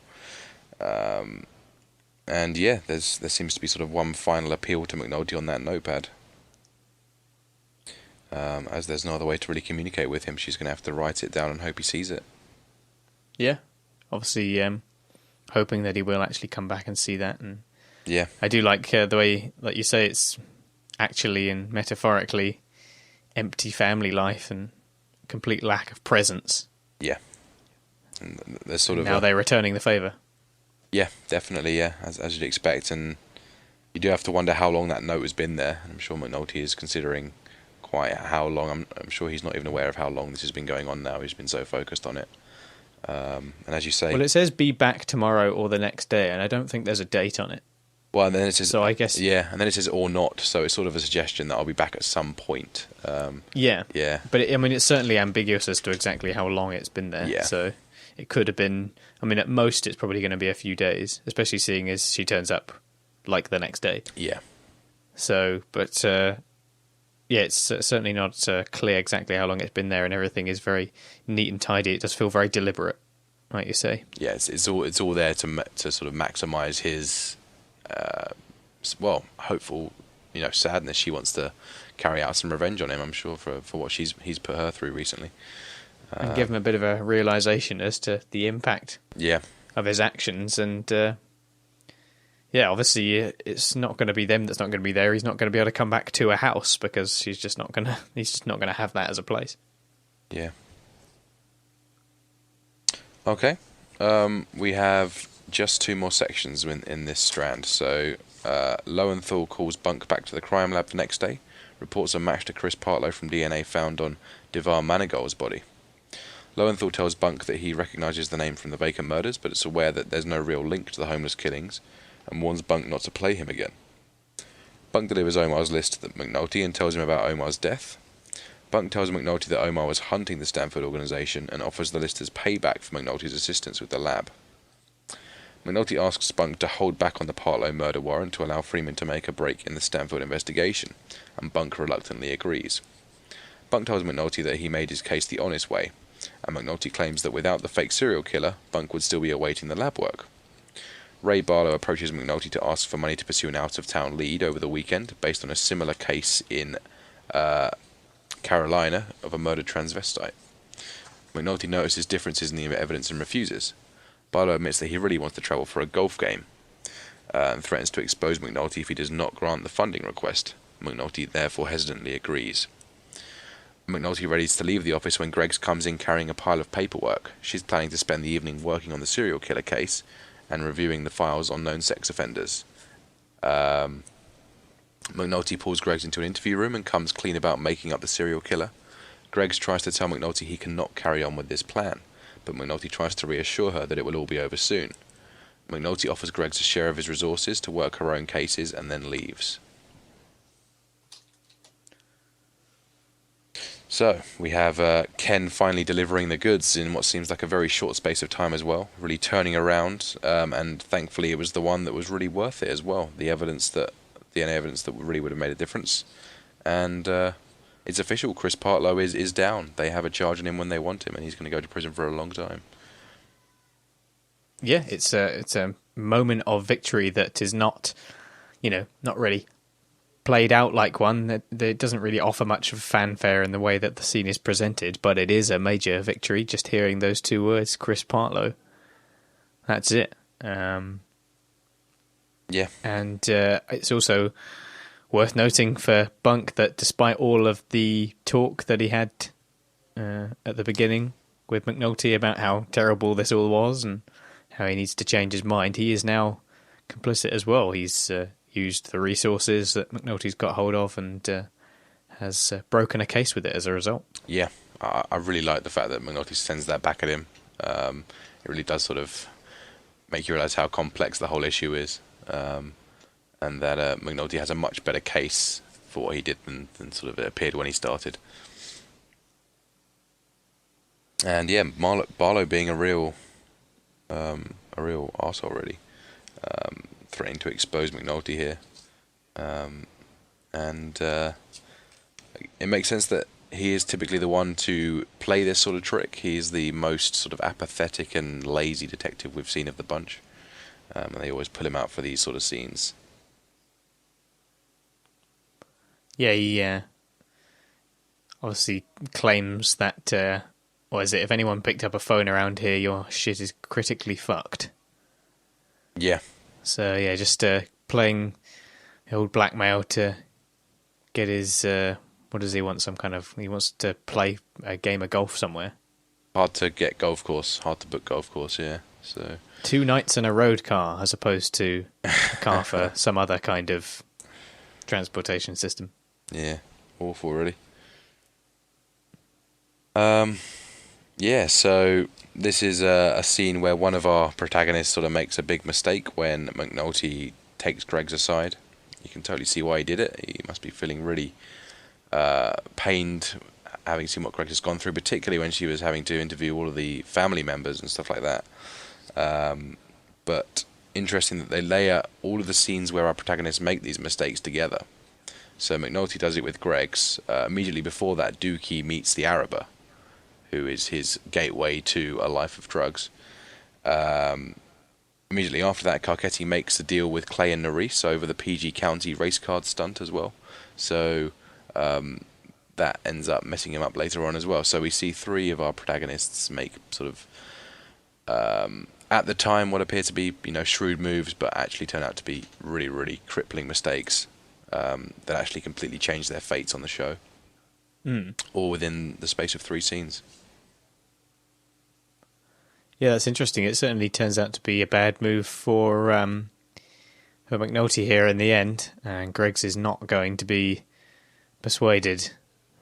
No, I mean, he sells it well to Greg's. He really does put it in the best light possible and really makes it seem convincing that they can just put a lid on it, and the way the media works is it will die down and people will forget about it. And Greg's doesn't see that. She sees the dishonesty and the lack of loyalty. And I guess coming up under Daniels, that's kind of what she learnt as being one of the cornerstones of the work she does, I guess. And it's clearly a lot for her to stomach.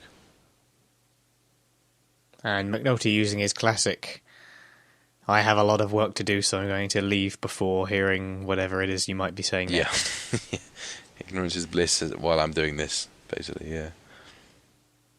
He's done that a couple of times now. Yeah, all over the map, as the FBI guys say. Right. Okay, final section in Homicide. So we're going to go for our sort of second round with the McNulty's domestic stuff. So McNulty finds himself alone at Beattie's house again that evening, gets a call from Detective Christensen to thank him for the manpower he provided. Christensen's made an arrest on his case. Beattie eventually returns with her children late in the evening. She refuses to tell McNulty where she's been and warns him that next time he'll be the one to leave as she owns the house. Beattie warns McNulty that his family and closest friends are the only ones who'll remember him when he's gone, and that his colleagues and associates will not be at his wake. She urges him to reconsider his priorities. McNulty admits that he fabricated the serial killer. He tells her that he felt frustrated with his position when the Stanfield case was shut down, and admits that he's unsure where his anger comes from or how he can make it stop. He explains that he's channeled funding to Freamon to continue the Stanfield investigation and admits that he cannot stand his actions. Russell is scared of the possibility of McNulty being imprisoned for his actions and angry that he took such a risk without including her. McNulty begins to tell Beatty that he initially thought of himself as the hero of the story, but then realised he was wrong. She goes back inside the house as he is talking. So this is, like you say, part 2 of that little domestic bit. I do feel like Beatty's surname thing that she makes is not really a good example, because Jimmy is mainly known by his surname. Yeah, that's true. So actually, I can't imagine anyone is going to call him Jimmy the cop. He's McNulty. That's how everyone knows him. So it seems like a bad example. Yeah, I mean... You can kind of see the point that she's trying to make, but it doesn't quite work because of McNulty's profile. Yeah, he's not the sort of guy that's going to be forgotten in the police department by any means, but he's also not going to be the guy that people will stick their neck out for. I guess that's the point she's trying to make. Yeah. And it's a really good point that's one of the main functions of family, is to have those people that really matter. It does seem to really touch a nerve. It definitely does, and it spills a lot of honesty out of McNulty. It's not often that we see these moments. Yeah, he admits to being very angry about the situation and doesn't really know how to control it. And that, as we already mentioned, he sees himself, or certainly saw himself, as being a hero in this instance. And that actually he's ended up doing a lot of things he most likely regrets, involving a lot of people that he wished he hadn't. And it has reached a level of complexity that he never imagined, and especially was having to present it in front of all those police commanders, and he was happy to get himself in the paper, but is now got himself mixed up with this reporter who's creating all of these stories as well. So it's just become far, far bigger than he ever imagined. He's completely lost control of it. Yeah. And finally, with Beatty there, he's able to be candid about it. Yeah, definitely. And I guess for all the intelligence he has, he didn't think ahead to the fact that if this does go pear-shaped, it's not just him, but it's his family on the line as well. Like, him going to prison is major ramifications for Beatty and the kids. And I guess that speaks to his ego. He had so much confidence in his abilities that was never something that crossed his mind. And of course, as you say, the scale of the operation that has now come before him was unfathomable at the start as well. So, because it's not just McNulty there, it's all the other people that have got involved with all the other work that he's doing, and certainly Freamon as well. So and Sydnor, and there's just so many people involved now. It's not just McNulty either. Even there's like the whole element with him and his family, and becoming so obsessed with his work that he doesn't have anything else going on in his life. He's forgotten what is really grounded and what really remains during times of great difficulty. Definitely, and there's also the fact that if it does all go pear-shaped, it's going to be causing a lot of damage to all the people that he's worked with and all the people that he supposedly respects. Yeah. Although I guess, for all that wisdom she imparts there, she was wrong about McNulty's wake. It's the most well-attended wake of the bunch. Yeah. So I quite like that. But they do essentially kill him. Say again, sorry? It's a well-attended wake, pretty much to make sure that just to kind of get the opportunity to be there when he's dead, sort of hypothetically speaking. Yeah. Be there. It's a well-attended wake, but in a way, it's almost like not a compliment. Yeah, it's not out of respect for him as a person. It's sort of out of, I guess, enjoyment of what he caused, or Jimmy McNulty is dead, or we all need to be there for that. We just need to, absolutely make sure. There's certainly some, all of Landsman's eulogy is tinged with irony, and that's all you need to know about it, really, isn't it? It's not it's not really much of a tender affair like the other two. So really good scene, and that line about you thinking you're a hero, I know it gets a lot of love from the fans, and it certainly deserves it. It sums up the show in so many ways, and it's one of the few sort of real moments of clarity from McNulty in the show, where he does take a second to sort of think about what's going on, rather than get messed up in this self-destructive stuff.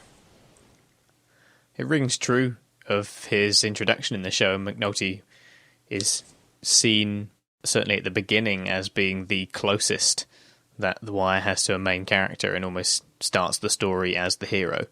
and very much takes a very strange but incredible transition throughout the show and becomes a very divisive character and kind of easy to love but easy to find incredibly frustrating. And it's just very telling of the move that he's made as a character in the show. Yeah. Oh, definitely, yeah. This season really is a case of at what point do you have to stop supporting McNulty. I guess most people will have made that choice before season 5 even started, but I do like that there is that sort of complexity and ambiguity to his morality.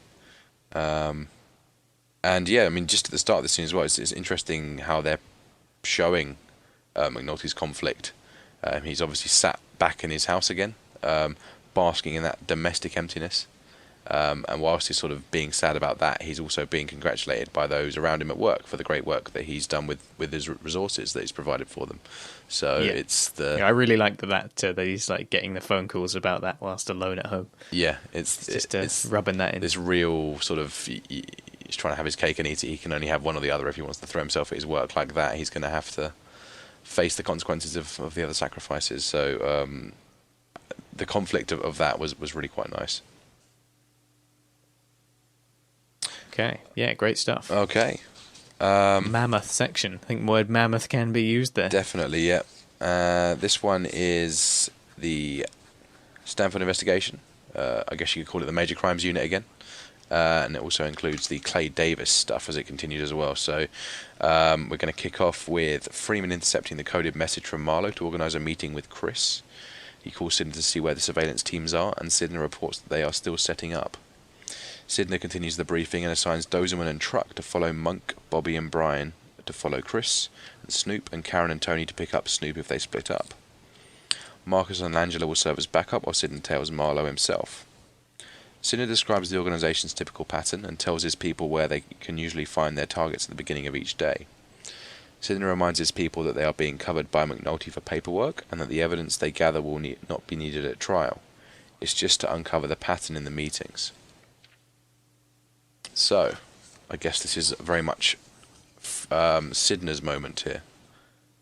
And the Major Crimes Unit being suddenly back up to a good size. And planning surveillance on the top of the police car park. They seem to be using this location quite a lot this season. We've never seen it before season 5, I don't think. But it's clearly quite the picturesque spot for a lot going on here. Yeah, Sydnor taking a bit of charge and doing a good job in leading these teams.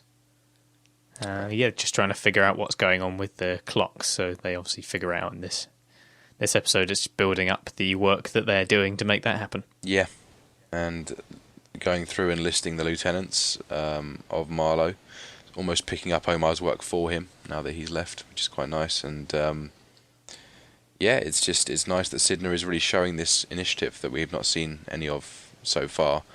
It's almost like the time he spent working under Herc last season, vaguely trying to challenge him to be a better detective. It sort of taught him a lot now, I guess. It's really sort of put things into perspective for him. And I guess the pressure of the lack of officiality of this case, the fact that there's a lot more at risk with this investigation, has really kept him on his toes. And we are sort of seeing this new supercharged Sydnor. Yeah, they're trying to... I mean, it's been mentioned before that he's supposedly meant to follow up on McNulty in some way in this ultra detailed investigation, and really pulling the covers off a case and breaking it in some way.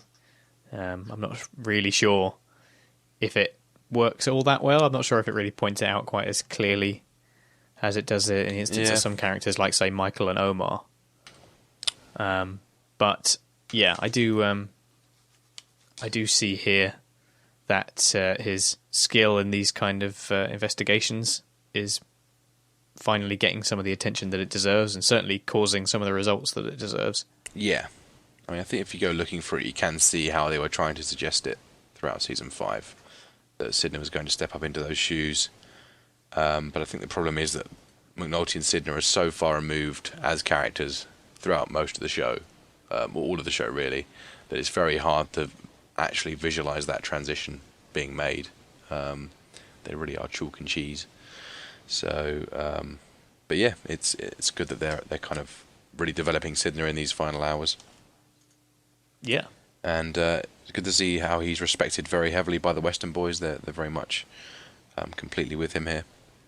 And he knows his boys stuff. and girls. Yeah, that's true. Yeah, there's a Karen. There's one of the girls they've got involved with the case here, all the extra resources, and the MCU finally back up to a good size, resembling something that might actually be able to do detail work. Yeah, definitely, and it works very, very effectively as we see. Okay, anything more on that, or? No, let's move on. Okay, so we're going to go and check out the first part of the Clay Davis follow-up. So Freamon meets with the Maryland District U.S. Attorney with the evidence from the Davis investigation, hoping to take the case federal now. FBI Supervisor Amanda Reese and Agent Fitz are also present. The prosecutor refuses to take on the case because the local prosecution complete failure has recast Davis as a people's hero and made him much of the federal casework inadmissible as Davis has been found not guilty. After work, Freamon tracks Clay Davis to a bar. Freamon asks the senator's companion to give them privacy while Davis buys drinks, and Freamon then surprises Davis on his return. Davis is initially jocular about his recent victory in the court case until Freamon threatens him with the prospect of renewing the charges at the federal level and adding the false information on the Davis mortgage application. Davis assumes Freamon is trying to blackmail him for money, and Freamon tells him that he will instead have to give him answers in a few nights' time. So... Okay, yes, we have this Maryland District Attorney who's still not all that likely to stick his neck out for Baltimore, thanks to Carcetti. So although there's arguably an opportunity for them to maybe make a bit of effort here, they have the reasoning behind the fact that they've messed it up and supposedly made a bit of a hero out of Clay Davis because of what we saw in the last episode. That, given the attitude that he likely has towards Baltimore, is not likely to go to any great pains in order to smooth that out because, he's just already been slighted by Carcetti and doesn't really make any difference to him. That's not really what they're focusing on anyway, it seems. Yeah, I mean... They've got their counter-terrorism to worry about. Yeah, definitely. I mean, the FBI's always been a frustrating sort of body to work with in the show because most of the time they're looking for these drug charges and they're always very much against them. Even when they come up with their huge political corruption target, they still find a way to turn the case away. It's kind of a convincing mix between some genuine good arguments about, Clay's turning sort of chances in the press and being heralded as the hero, but it also there is also a lot of petty political squabbling going on underneath that as well, which makes sense. Obviously, we saw a lot of that early on in this season with Carcetti. And it became a little bit of a Republican versus Democrat thing. So, yeah, it's very frustrating, but I think the show's done a good job of setting up the reasons why this wouldn't work at all. It's a shame for them to have to meet another brick wall there. Definitely, yeah. The feds don't want bad press arresting old Clay, the hero. And I guess they are kind of offended that they held back that headshot to give Bond and Carcetti the glory they wanted. So, yeah, they should have used that headshot. Definitely, yeah. It's called the headshot for a reason. Freamon did want that, didn't he? But it was only when he caught the awkward airs from both Perlman and Bond in that meeting that he realised that perhaps I should sort of not battle with the Angels and let them just take their local charges to with them. So yeah, it's kind of a sort of cockfight between the U.S. Maryland attorney and Carcetti and Bond and Perlman a little bit, I guess, as well. So it's a little bit petty, but that's how it goes. Yeah, and I guess they're also a little bit too proud to accept someone else's investigation. There's this sort of FBI pride thing going on with this guy. And then we have the scene with Lester and Clay, seeing some more of Lester's famous suave, able to talk that lady into giving him and Clay a moment of peace so that they can discuss this thing with the files. Obviously, he tries to convince him that he can still, it's still an option for him to take it to the district attorney, and manages to spook Clay sufficiently enough, I think. Does a very good job here of planting a little bit, a nice, good example of a bit of lying and planting that in his mind, and big enough that he's going to believe it. Yeah, it's great that the rejection from the FBI gives Freamon sort of the balls to go and do this straight up to his face, and we get to see another one of those beautiful Clay worried looks. So, yeah, really, really cool. Okay, any more on that, or shall we move on to the next bit? Yeah. Alright. So, Freamon returns to manning the picture intercepts and finds a coded message from Stanfield with a clock face. He calls Sydnor to see which of their targets is moving, and Sydnor reports that Marlo is driving eastbound on Baltimore Street. Freamon asks about Monk and Sydnor. Freamon asks about Monk, and Sydnor learns from Dozeman that Monk is southbound on Martin Luther King Boulevard. Freamon records the timing and targets involved in the meeting. Sydnor observes the meeting, which is at the corner of Argyle and Dolphin. Sorry, a lot of street names here for you Baltimoreans. Freamon records a new incoming message to Marlo reading 4:40 and 35 seconds. The other targets are all stationary and are not using phones, so Freamon speculates that there is someone on the network they have yet to uncover. Later, Freamon intercepts another message. Sydnor has lost Stanfield following a traffic incident. McNulty arrives at the office and tells Freamon about Bunk getting the murder warrant on Partlow. Freamon is concerned that an arrest could drive the Stanfield organisation to change their pattern, but McNulty reassures him that Bunk agreed to hold the warrant for them. McNulty also reports Omar's death and delivers his list to Freamon. Freamon recognises Cheese Wagstaff's name. Freamon had realised Stanfield was wholesaling to other dealers, but McNulty theorises that the note shows him as being part of Stanfield's organisation. McNulty prepares to leave and admits that he has told Greggs about the plan. Freamon is shocked that McNulty has told another person and asks how she took it. McNulty shakes his head and leaves.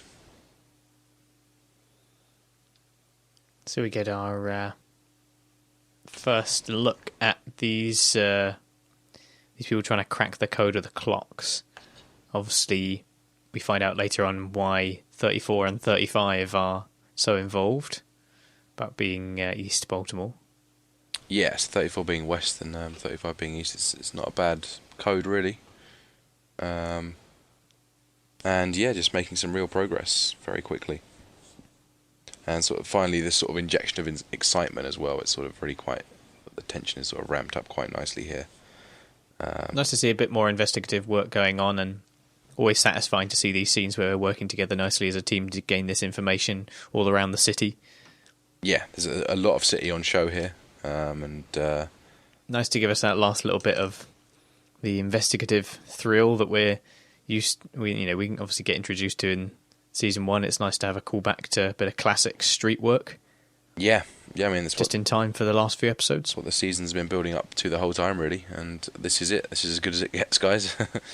And then, of course, McNulty pops back in. As he does, he sort of does once a day into Freamon to find out how it's going, before he goes off to do more pretending for the rest of the city. I like the way he puts that.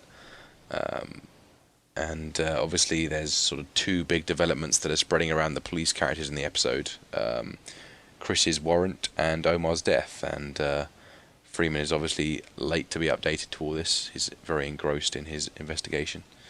And again, we can see how much these people mean to a lot of these characters, but not the wider city.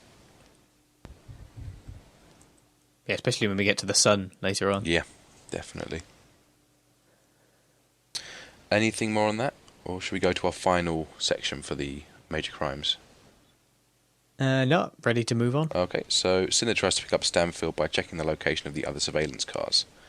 Karen reports that they have tailed Snoop to Edgecombe Circle in the northwestern district. Sydnor does not recognise the location. He pulls out an atlas to find it and realises that the page number corresponds to the code the dealers are using. Freamon returns to the office to find that Sydnor has cracked the clock code. The time gives a location to meet, only with the second hand indicating the atlas page. The hour hand the longitude, the minute hand latitude 5-minute intervals. Each grid square has a pre-arranged meeting location. Sydnor is perplexed that the code gives only a location and not a time to meet. Freamon postulates that the meetings are to happen within an hour of the message being sent because the locations are tightly grouped within half-hour driving. Freamon makes a connection between the messages when none of the surveillance teams saw a subject moving. He recognises that the second hand is always on 35, indicating the page for East Baltimore in the Atlas, and guesses that Cheese is involved in the East Side meetings. Sydnor is surprised to hear Cheese's name in connection to Marlo. Before Freamon can explain, Greggs arrives. She chastises Freamon for his involvement and refuses to listen to any explanation, telling her colleagues she is not good with the plan before exiting. So, we have Sydnor kind of doing more with less, basically. Whilst the other people in the team, for example, Truck and Dozerman, they have their fancy cars with the sat-navs and up-to-date technology and whatnot, Sydnor manages to figure out this code and crack the Stanfield case with an old road map. He kind of really does achieve that ideal of doing more with less with the older car and sort of a complete lack of technology. Yeah, just that's a very good point, smarts actually. Smarts within the investigation. Yeah, all flash, no substance. And I like the fact that Sydnor's geographical ignorance actually causes him to crack the code. The fact that he doesn't know the streets well enough really helped him out in this instance. So he's literally found it by mistake, really. Yeah. A great example of the importance of discovery and not needing to always have all the information in order to crack these codes. They don't have to have some kind of stroke of genius or eureka moment. They can just stumble across these moments. Yeah, and the code is cracked within the space of an episode. I mean, the investigation has been going on officially for I guess it's been quite a long time, but they haven't made really any leaps and bounds until this episode. So, just goes to show what those resources can do. And great how Freamon is instantly able to infer a connection with Cheese based on McNulty's hunch, and also obviously some of the evidence is seen on the on the DNRs or whatever, the unidentified number on the system. So all of a sudden, they figure out that there must be someone else involved. So the two click together here. Definitely, and that of course rather scarily reveals to Freamon and Sydnor that Marlo is actually got the whole city as a drug market now. It's not just the Western anymore, having taken over the co-op. So there's a lot that can happen while you're not looking. That's right. It's like an invisible empire, isn't it? All of a sudden they realise that the whole city has been conquered. Absolutely, yeah. It's again that reaching that apex that we need to see, really. Yeah, so there we go. The entire case is pretty much made in one day, and I think the next episode opens with them arranging the arrests of the Stanfields. So it happened very quickly after all that. And then as they sort of go into explaining all of these details, they have Greggs turning up and making it very clear that she's not very happy with what they're doing. And whether they realise it or not at the time, this is basically her announcement that she's actually not going to allow it to happen. Yeah. It's not a case of, I've come here to tell you that I'm not happy with you. It's, I've come here to basically tell you that I'm ratting you out. Like, I'm not going to allow this to carry on. Yeah. And it's interesting that Greggs would take such a principled stance here. Definitely, yeah. It does add a really nice curveball for a final few scenes, because she is, as we've mentioned, kind of drifting a little bit into not having a lot of relevance to the plot in many ways. She really was that season 1 character. She had a big moment where she got shot.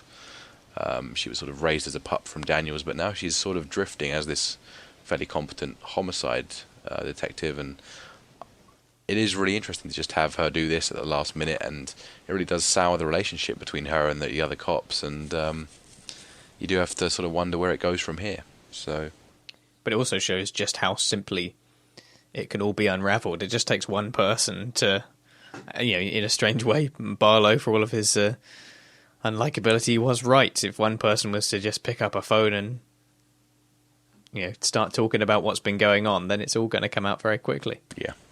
And now that Greggs knows about it, it's just a simple matter of telling someone, hey, there's an illegal wiretap going on over here. Just open the door and take a look. Yeah. And in typical Wire style, it knows exactly how to maximize frustration. So Greggs only comes and says this once they've actually cracked the case, that they have enough to actually arrest Marlo now. And they're just suddenly realizing that perhaps they're not out of the woods yet. It's become a race to the finish. Definitely, yeah. Okay, I think that concludes the Freamon investigatory stuff. Should we move to a very quick section again with Dookie? So Dookie walks down the street kicking a can. He passes a sporting goods store and goes in. He asks the salesman, Poot, if there's any work available. Poot asks his age, and Dookie claims he's 18. Poot laughs, and Dookie admits he's only 15.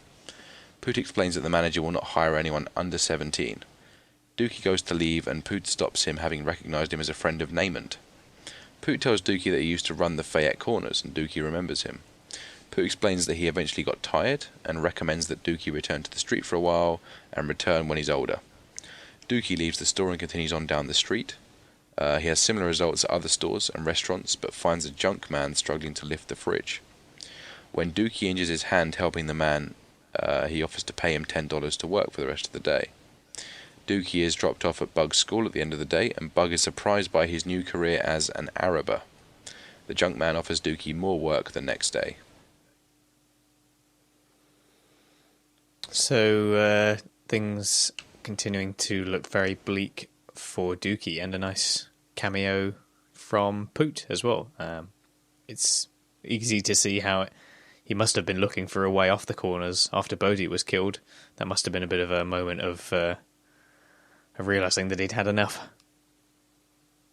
Yeah, it's I'm not sure if it feels... I think of all the characters on the street, Poot is the one who would sort of slot most authentically into this role.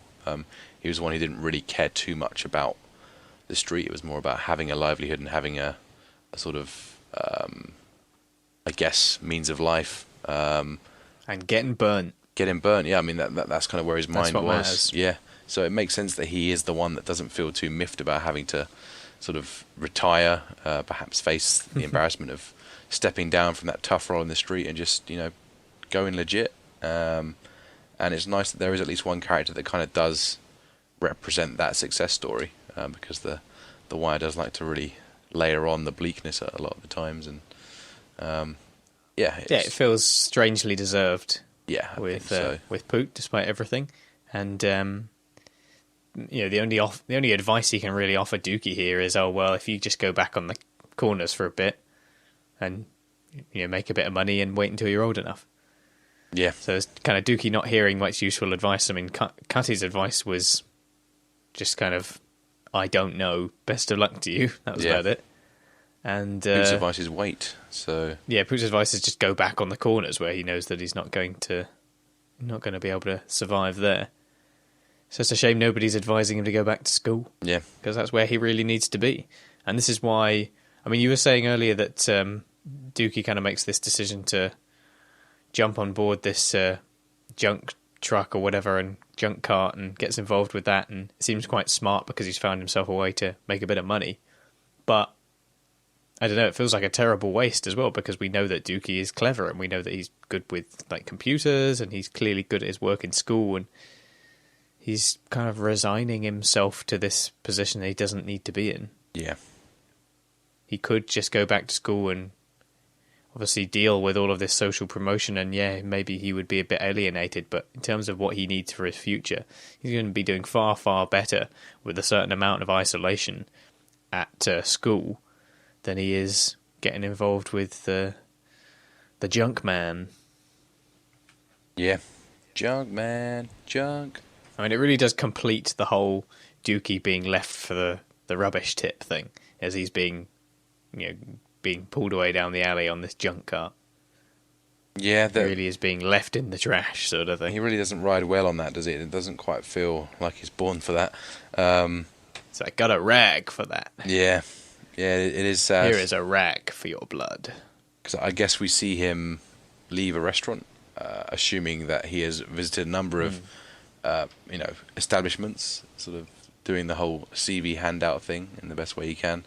I guess he's got to the point where he's got to give up on the formal sector, and suddenly he sees a way into the informal sector. He's going to try his luck with it, and it's welcoming to him. There's no expectation of qualification or sort of formality about it. It's just cash in hand work. Unfortunately, it comes with a lot of strings attached, as we see.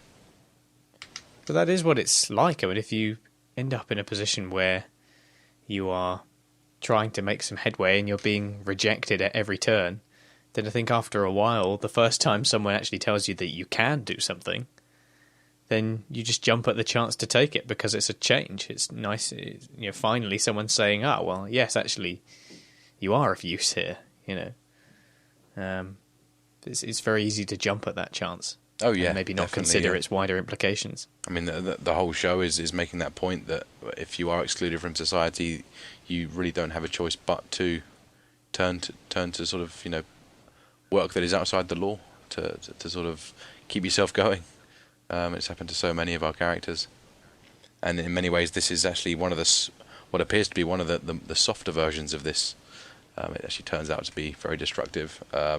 But Dookie could not really have known at this point. It's interesting that it makes the effort to stay with Dookie for so long, and we don't see anything of that with Randy, for example. Yeah, Randy's story, I guess, is over. He has become this hardened guy, whereas Dookie didn't have anything at the end of the season that really changed him, I guess.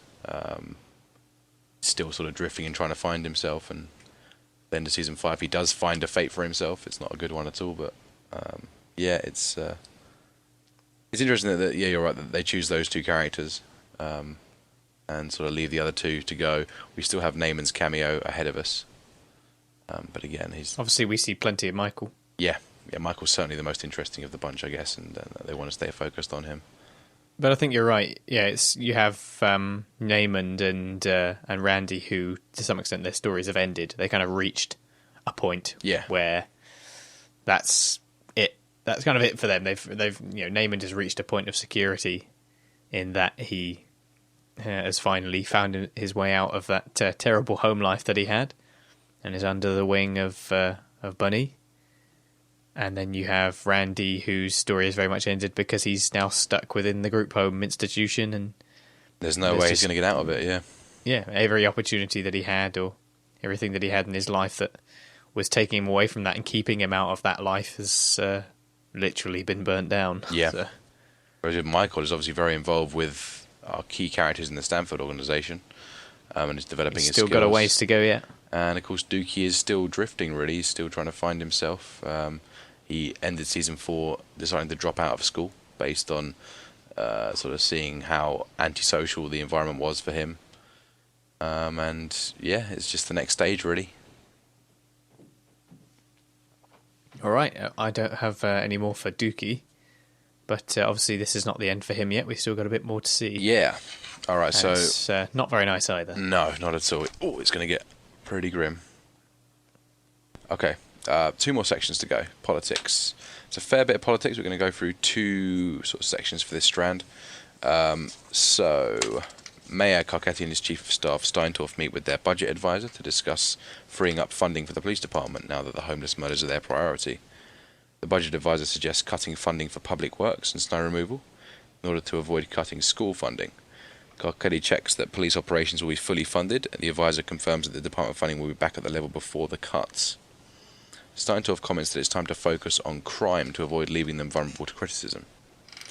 Budget advisor reassures Carcetti that the homelessness issue is gaining him traction, and recalls the governor before being criticised for cutting funding to programs aimed at preventing homelessness. Norman Wilson arrives at the meeting bearing bad news. He's been called by a Washington Post reporter so he can comment on a story about a Prince George County politician named Dookie. He's opposing Carcetti's party nomination as the Democratic candidate for governor. Wilson's also learned that Congressman Upshaw may support Dookie, creating a greater threat to Carcetti. Steintorf doubts that Dookie could take the State House, but worries that a battle in the Democratic primary would cost them much-needed resources for their own campaign against the Republican incumbent. Wilson asks Carcetti who he met with when he visited PG County last month to drum up support. Carcetti's contacts are all white, and Wilson suggests that Carcetti will have to quell the potential insurrection. Carcetti and Wilson travel to PG County and meet with Congressman Upshaw. Carcetti promises to do whatever it takes to make their relationship right, and asks why Upshaw would back Dobie when it hurts everyone. Upshaw clarifies that he thinks it would only really hurt Carcetti. The two elected politicians share an animosity for the governor. Carcetti gives the congressman his word that their frustration will end when he's elected, but the Upshaw tells Carcetti it will cost a lot more than his word to keep PG County in his camp. Okay, so again, it's all about the governor race now, and we see, I don't know, when we see Carcetti saying to the police commanders earlier on, people are getting killed and do what you need to do, I still like to think that there's a real Carcetti in there somewhere wanting to do the right thing, and that all of these spin doctors and campaign managers have just poisoned his mind and massaged his ego to such a point that that's all he can think about. All he can think about is this governor's race. He's finding himself getting deeper and deeper into the world of politics and all that needs to be done in order to put hands in pockets and make people satisfied and get their endorsement and all this sort of stuff, and the runnings of the city, all of these bowls of shit, as it were, just turn up every now and again to inconvenience him. But here he's dealing with some kind of inconvenience related to the actual governor campaign, with Maurice Dobie? Yeah. Absolutely. And, it's a big... yeah, it turns a bit of a sort of small spanner in the works for his attempts at the governor's chair. Yeah, which we assume are sort of fairly shallow sort of stunts that are posed for money, really, just to sort of detract from Carcetti's camp without really changing much. And yeah, it's quite a big ball of shit to suddenly get thrown at you. And Carcetti sort of reacts as if he's very used to these moments and takes it in his stride, but obviously it sort of does sap his concentration. The eyes again are off the city and on the party politics. But I do like this. His eyes only really turn to the city for this sort of candlelit vigil or whatever, and that's largely because it serves as a great opportunity to stand against something that is ammunition for his gubernatorial race. Yeah, exactly, yeah. And I think that midnight vigil speech has far less impact than usual from Carcetti's speeches. It sort of becomes quite shouty and angry and less substantive, and more about riling the people up than actually sort of proposing solutions. Starts to resemble a sort of pre-battle speech. Yeah, exactly. Yeah, it becomes this more theatrical element of it, definitely. So I think that's something we can discuss next section, but it's certainly a theme that I think permeates a lot of the episode. Obviously, that we start off with the mood in the department being fairly positive now that the police are back up to the top. Of course, what's not said here is, of course, that I guess the school deficit is sort of been abandoned in terms of paying that off. They got a small bump in the grades at school. Now they're just going to sort of take the focus off that and focus on other things, particularly the crime. And this feels, again, a bit more like the apex of what I was saying last week. Royce probably having gone through a similar situation in his term, where he felt suddenly a compulsion to turn off the faucet for the schools and leave the debt for the next person in line. But of course we see Royce as a much more of a clear-cut baddie from the other side, where we don't really see all the details that led up to it. So, it's just interesting to think, is Carcetti just as bad as Royce was? And you could certainly argue at this stage that perhaps he is. And yeah, he sort of very starkly says, I'm only willing to pay my respects to the homeless if I can make a few choice words at the midnight vigil. And then, of course, Norman comes in with this PG County bowl of shit that we were discussing, yeah. So. Yeah, a lot of concern about his ability to ascend rather than his ability to help the city. Yeah. And then, of course, he's still kind of convinced himself in this idea, as we see a bit later on, that, oh, well, I've got to be in that chair because, the city will get nothing unless I become governor. Yeah. It's all about it's just what the future completely misguided. Yeah. I guess it's a little bit like McNulty. You constantly think you're going to reach this place, whereas what's actually happening now is real life. This is where you should be making a difference. Waiting for moments that never come. Exactly, yeah. You have the idea that you're going to reach this moment of peace where all of a sudden the bowls of shit will stop and you'd have reached the apex and you'd have dealt with all your problems, and then you can start governing. And that just ain't going to happen. Yeah. So, yeah, it's just sort of almost deceiving yourself. And I quite like when he goes for that meeting with, what's his name, Upshaw over in PG County. For the first time, really, the appeal that he makes to Upshaw, you know, you got to stand with me, I'm going to make everything better once I'm in power. It really does feel completely empty and unimpressive. And I'm not sure whether it's just a bit of a case of Carcetti cried wolf, or whether he sort of has lost this magic that he once had. Especially seeing as there's a really kind of partisan vibe to it. It's all Democrats v Republicans. Yeah. A kind of principled stance against their ideological rivals. Definitely, yeah. But yeah, it definitely comes across as pretty empty. Okay, we've got one more politics. It's a similar... it's actually a bit shorter this time. So, should we move on to that? Yep. Okay, so back in Baltimore, Carcetti meets with Nerese Campbell and Clay Davis to discuss the threat from Dobie. Campbell and Davis appear friendly, but use the opportunity to secure promises from Carcetti in exchange for their support against Dobie. Campbell asks for Carcetti's endorsement to replace him as mayor, while Davis asks for 3 seats on the liquor board, and Carcetti offers him 1. Davis offers to raise funds for Carcetti's campaign in exchange for a 2nd seat. Carcetti remarks that he's afraid of the damage that Davis can do with 2 seats on the liquor board, and Davis pretends Carcetti is joking. At the vigil, Carcetti gives a rousing speech about the issue of homelessness and the serial killer plaguing the homeless population. Campbell, Wilson and Steintorf look on approvingly, and Scott Templeton is also taking notes from the audience. Carcetti returns home and quickly reviews his performance on the television news. His wife Jen congratulates him on the performance. Carcetti tells her about the negative aspects of his day, with the compromises he has been forced to make to fend off opposition from Dobie. Jen is disappointed as Carcetti told her that he would prefer to endorse Bond over Campbell. Carcetti reveals that Upshaw has asked for a pledge to send half of any federal funding for Baltimore for schools or crime. Jen is horrified at the prospect of giving up so much of Baltimore City's needed funding, but Carcetti rationalizes that if he does not get elected, then Baltimore will receive nothing. So just what you were saying there, this idea that the ultimate gubernatorial destination is where I can make the difference, and anything that means I can get there is justified, even if it does mean starving the city of money. Yeah, how far we've come since they were sat together. Tommy and Jen sat together on that sofa wondering if he'd ever get to be mayor, and all of the difficulties involved in that seem so minor compared to what he's dealing with now. And yeah, it feels like a terrible, terrible decision to be giving away half of all this available federal funding just to have this one congressman say, yeah, I'm okay with this guy.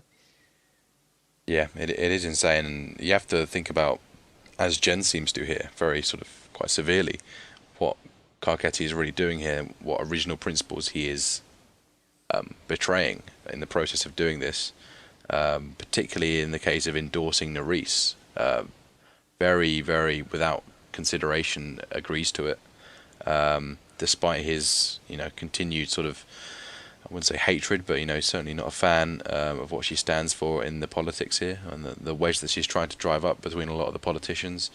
And again, I think if you try and imagine all of these scenes happening from the other side, looking at from the outsider's perspective, leading up to the primary, coming in blind, Carcetti would not look any better than Royce at this stage. Royce was endorsing Nerese in the same way that Carcetti is now. So all of a sudden, he's sort of living out these motions that everyone else did. And this is also whilst he's watching these clips of him performing, as it were, on the news. He's just kind of become totally self-obsessed as well. Yeah.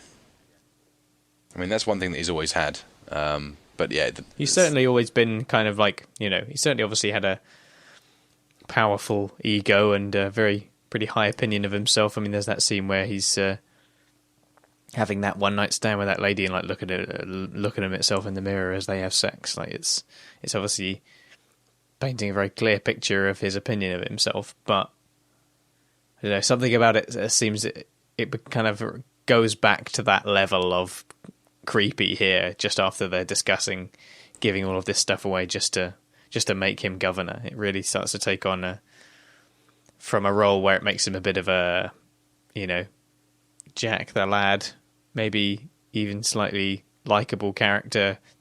You know, despite his flaws, he has good intentions, and the way that we see that in, say, someone like McNulty, it becomes endearing. But again, here, like McNulty says about himself, and I think the same could be said about Carcetti at the beginning, you kind of see yourself as the hero, and as time goes along, you get corrupted by the system that you've got to use in order to fuel these ideas of advancement that you have. And I've got to keep moving my way up the ladder and justifying all of these impacts that you're having on the environments that you've been sworn into to assist and to help develop them rather than yourself. Definitely, yeah. Absolutely. So yeah, this rationalization about Baltimore receiving nothing unless he's in charge doesn't really tie in with this decision that he's made about Nerys Campbell as well, because if they don't work well together, how is he going to have such an impact on Baltimore if he doesn't have any kind of like working relationship with the person who's going to be mayor?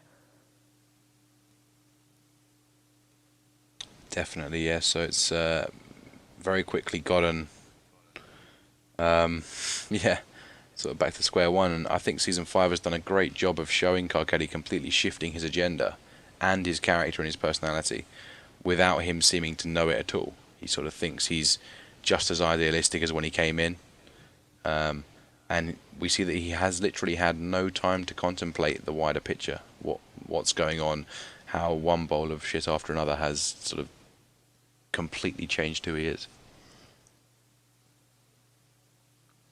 And I think perhaps Jen is seeing the horror. Well, not that it is perhaps a bit of a hyperbole, but she's certainly seeing that. And we always spoke about how Jen was so supportive and sort of went with everything that Carcetti suggested in terms of his politics. But that there is this sort of look of frustration now from Jen in the small scene we see with her. Yeah, it's even she's starting to question what's going on here. She's clearly not all that involved, but knows enough to realise that Carcetti is giving away some pretty important things for the sake of his careerism. Yeah. And of course he's in debt with Carcetti, with Clay Davis, so, you know... Exactly. Yeah, all those things he's trying to avoid. Yeah, so I think that's... Is that it for the politics? Anything else you'd like to add, sir, or...? No, must just be the newspaper to go now. Yep, so we've just got a couple of sections and we're done with the episode. So this is going to be a big section. I'm just going to shove in everything. So City Desk editor Gus Haynes smokes on the loading dock with Jeff Price and Bill Zorzi. They discuss Templeton's recent phone call from the homeless serial killer, and Price jokes that he once interviewed a psychopath, Dick Cheney. Zorzi asks Haynes if Templeton is telling the story straight, and Haynes cites the police involvement as supportive of Templeton's story. Price brings up the photographs Templeton was sent. Zorzi remarks that they will be writing about the homeless until December. As Haynes returns to the office, Jace Price stops him to pass on a message from the reception desk. A visitor wants to discuss Templeton's story about a homeless Iraq veteran. Haynes suggests that Templeton should take the meeting, but Spry explains that the man claims Templeton has been avoiding his calls. Haynes reluctantly heads downstairs and greets the visitor. It's Terry Hanning, the subject of Templeton's story. Haynes tells Hanning it's an honour to meet him, but Hanning does not shake his hand and asks who he is. Haynes arranges a face-to-face meeting between Hanning and Templeton and sits in on the discussion. Hanning angrily confronts Templeton about a fabricated element in the story. Hanning is aggressively confrontational when Templeton claims that his notes show otherwise. Templeton repeatedly asks to be allowed to finish, and then threatens to end the discussion if he's not allowed to tell his side of the story. This prompts Hanning to deliver the epigraph, "A lie ain't a side of a story, it's just a lie." Haynes asks both men to calm down, and asks Hanning about his alcohol consumption. Hanning angrily asserts that he would not sleep under a bridge sober. Haynes sympathetically explains that when he's drinking he has a tendency to embellish a story. Hanning agrees that it's often the case when telling a story, but claims that there are certain things that have happened that you do not ever alter when retelling them. Templeton again tries to convince Hanning that their conversation was different to what Hanning remembers. Hanning responds by asking Templeton what would happen if one of the Marines he served with read the story and noticed the fabrication. Templeton has no response, and Hanning asks for him to leave. Outside, Haynes tells Templeton that they will investigate the complaint by checking Hanning's service record and verifying the story with the man he served alongside.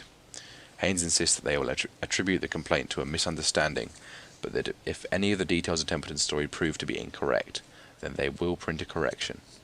Templeton is annoyed with the outcome while Hanning remains distraught. Haynes re-enters and Hanning tells Haynes that Templeton also lied during the meeting. They were drinking chocolate milk when he told the story and not coffee as Templeton claimed.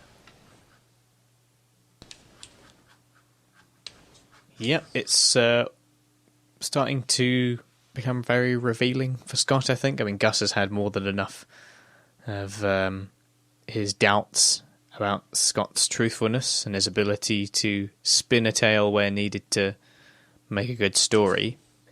And Scott just doesn't seem to be able to keep his facts straight. There is this pathological lying element to him, even with the coffee thing. I mean, it's just so small. Is this meant to be like the opposite of the bigger the lie? It's like it's too small a lie, and because of it, it somehow becomes more noticeable. That's a good point, actually, definitely, yeah. It's an absolute tiny sort of element of it, but it's really got this guy pissed off. And it's a really nice touch as well to add in. You can kind of see how Templeton might try and add in about the idea of this firefight, and obviously that's not the way that it was presented. I do think the way that they re-involve Hanning here is really well done. And his response to it is great as well. About well, what if someone in his unit were to see that and to think he had told the story as to embellish it, that this kind of this moment that has clearly affected him for the rest of his life and has really really harmed him. And that was the whole. I mean, if he could be Scott could be so completely oblivious as to use that part of the story, he just does not care about any of the people that he's involving. He does not have any kind of sentiment towards them. He doesn't consider their stories as emotionally impactful. It's just, here's a guy with a tale that I can spin in order to make me appear like a good journalist. Whereas instead, this moment that's, like I say, clearly ruined this guy's life, he's just completely messed with it and embellished it for the sake of his journalistic output. And it's a really really awful thing that Scott has done here. Definitely, yeah. And it's fantastically acted by the Terry Hanning actor, whose name escapes me, unfortunately. Yeah, very, very, very well done. And I love how they finish it off with that donuts and milk comment, and which finally reveals its importance from the strange hangover from last episode. It's kind of there, so when it becomes coffee, it underlines that fabrication even more.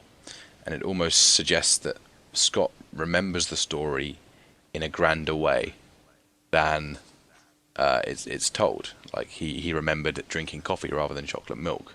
It's almost like he's living and breathing exaggeration, and he's one of those guys that sort of doesn't know when he's bullshitting, which is why he he's not exactly a good liar. I guess that doesn't work in some ways, but he's this guy that sort of can't stop. He just keeps on going. Dix makes me think of when he says, I believe that you believe that this is what happened. Well, it's the same is very much true of Scott. I mean, maybe he really is so, so convinced in his own lies that he thinks that's what happened as well. Absolutely, yeah. He kind of has to believe it in order for it to make sense, in the same way that McNulty and Freamon have to treat their case as though it's a real case in order for it to seem believable. Scott just has to really believe in his own lies in order to maintain a feeling of journalistic integrity when it's all utter fabrication. Absolutely, yeah. And a really, really nice opportunity for the epigraph, a really well chosen epigraph, and delivered very naturally. And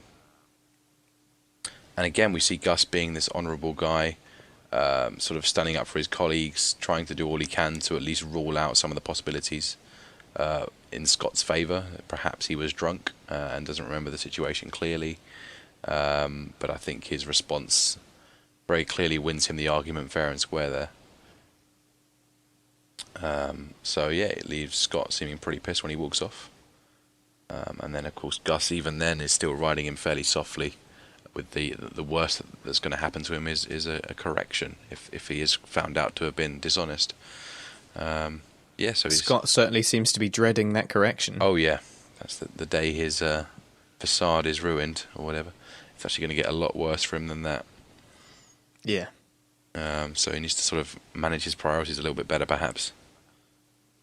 I do like how they layer on two scenes where one character questions the reliability of a statement based on inebriation. So immediately following this scene, we have Greg's questioning whether Bunk meant to say that, you know, you're bad for people, McNulty, because was he pissed? So again, yeah, that's a good spot. Yeah, so that's certainly a nice little layering they did there.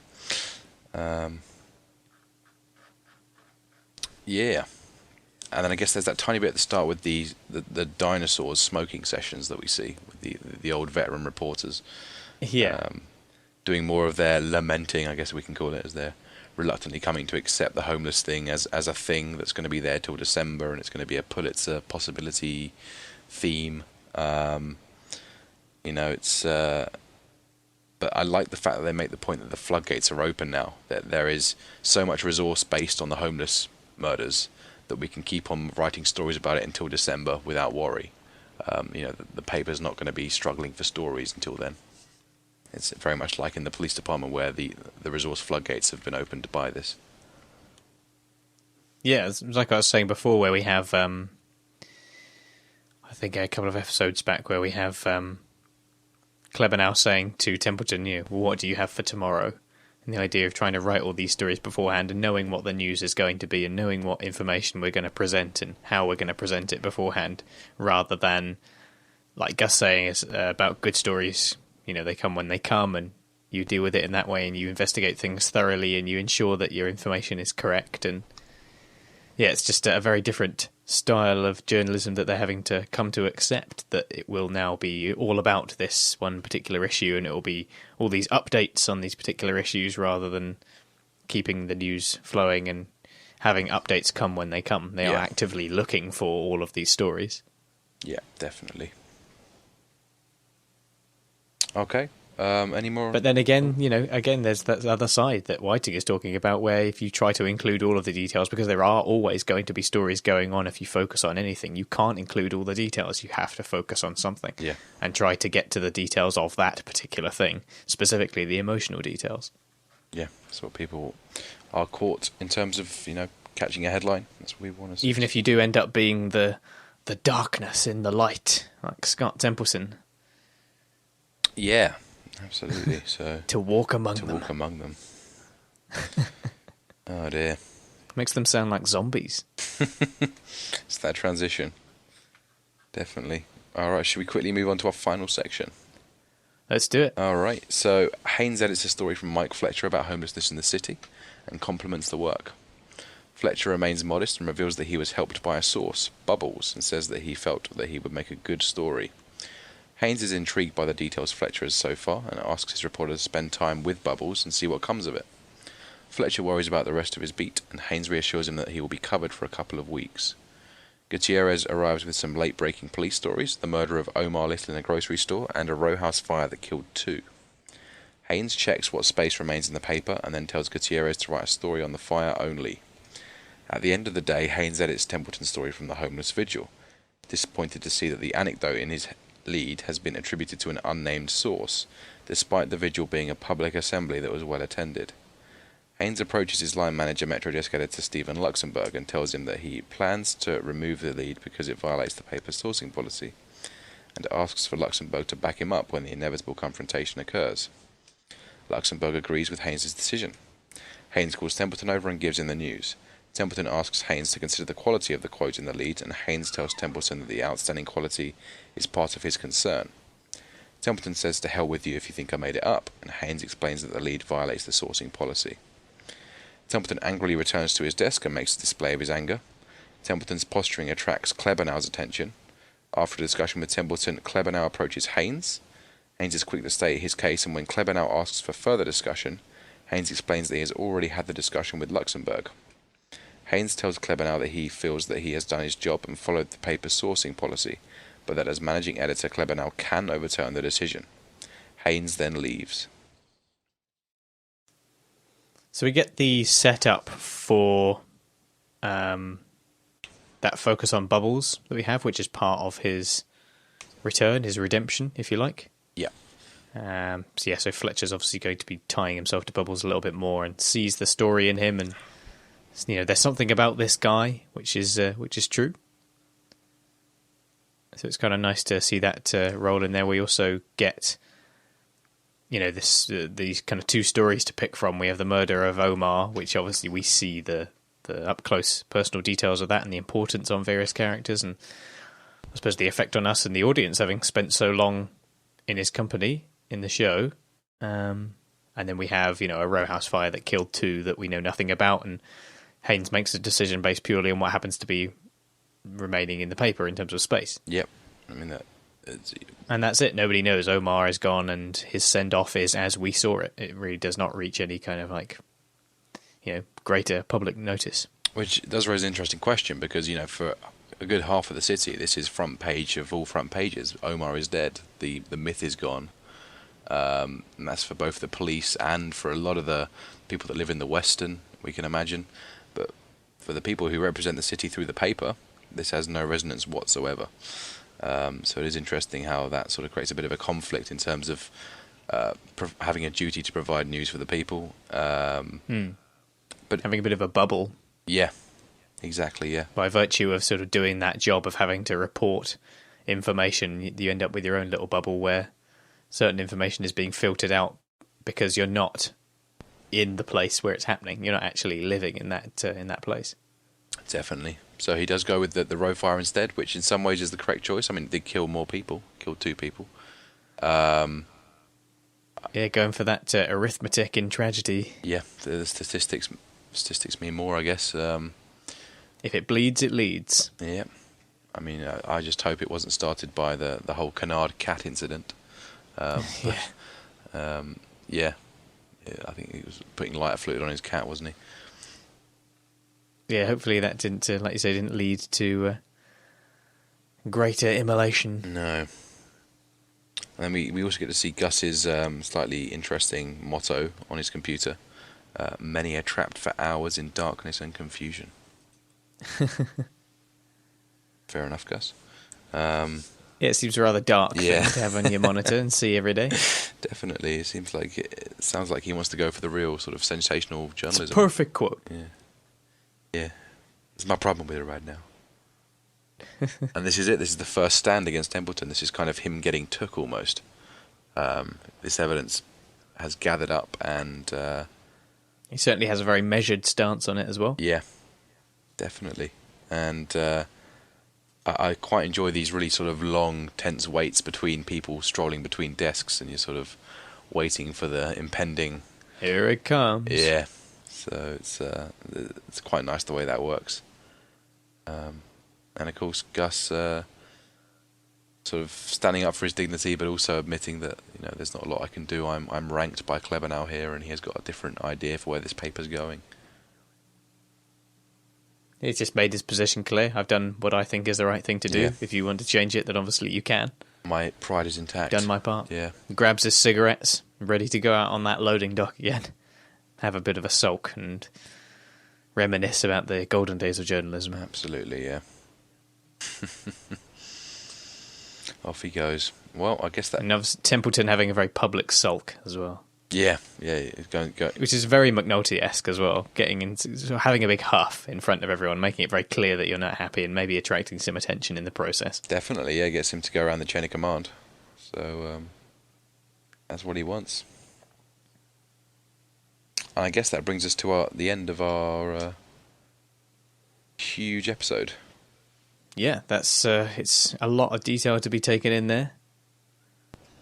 But we have now reached the end, so I guess we should move on to our final sections with the recap over. Yeah, absolutely. That's enough, man. Why you gonna make the rest of that shit up? I didn't make anything up. We sat there having coffee. Coffee? Having donuts and coffee, and you said... What'd I say? Can I finish? I don't know. I'm hearing about coffee and donuts. I'm not hearing... Can I finish? If you're not gonna let me tell my side of the A story... lie ain't a side of the story. It's just a lie. I don't have to listen to this. Okay, hey, Scott, let's just relax here. Both gentlemen, let's just step back here, please. So we have clarifications as the title this week. Yet another sort of journalistic term, which means to, I guess, interrogate the facts of something. Yeah, that's right. It's, I suppose it more specifically is referring to the possible clarifications that Templeton will have to make if they find out the inconsistencies in the story about Hanning. Yeah. But I suppose we also have, I suppose we also have McNulty having to come clean with Greg's, sort of making it clear exactly what is happening. And what is going on. And also with Beatty, he reveals it to Beatty and more to Beatty, yeah. And they managed to clarify exactly what this clock code means. Managed to figure that out. Yep, that's true. Yeah. Trying to think of any more examples off the top of my head. head. It's not one of the easiest ones. You certainly came out with a lot more than I did. I sort of just see it mainly relating to the newspaper strand, really. Yeah. And then we have our epigraph, which is a really, really good one. Part of me does wish that they actually opted for McNulty's, you start to tell the story and you think you're a hero line. Yeah.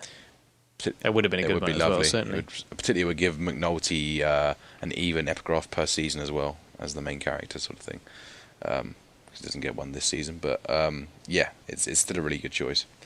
And I like the fact that it sort of reminds us that so much of our discussions in the world are based on sort of people's differing points of view, but when it actually comes down to it, in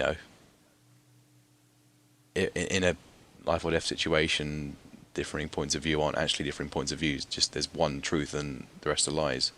So it really depends on how it's presented, and if you're providing an opinion piece on something, then that's it should be made clear. There should be clarifications, if you like. Whereas here, you're presenting something that's supposed to be somebody else's story, and you've embellished it, and it's not. You're not kind of presenting that story truthfully. And likewise here, as the story of the conversation that they would have had, the sort of story behind the story, if you like, is the story that Templeton is presenting as all the things that he supposedly said. He's dealing with facts and information that, in some way belong to Hanning. This is something that he's been willing to share with Templeton. He's trusted him with that information. So it doesn't really matter if his side of the story is talking about, there's no way I did this, that, or the other. He just sees it for the lie that it is, and it doesn't matter about him telling the side of the story when he's saying, can I finish? Can I finish? Yeah, you can't give another side of the story equal weight here if there is clear facts in the process. So, it raises a very good point, very, very articulately. And it helps Hanning really express the fact that he is being deadly serious. That I guess though, what he wants to make very clear is that he knows that he's able to make it clear that it is a lie, because there's just no way that he would lie about that. It's like he says, there are some things that you don't ever fuck with them. It's not something that I would have lied about.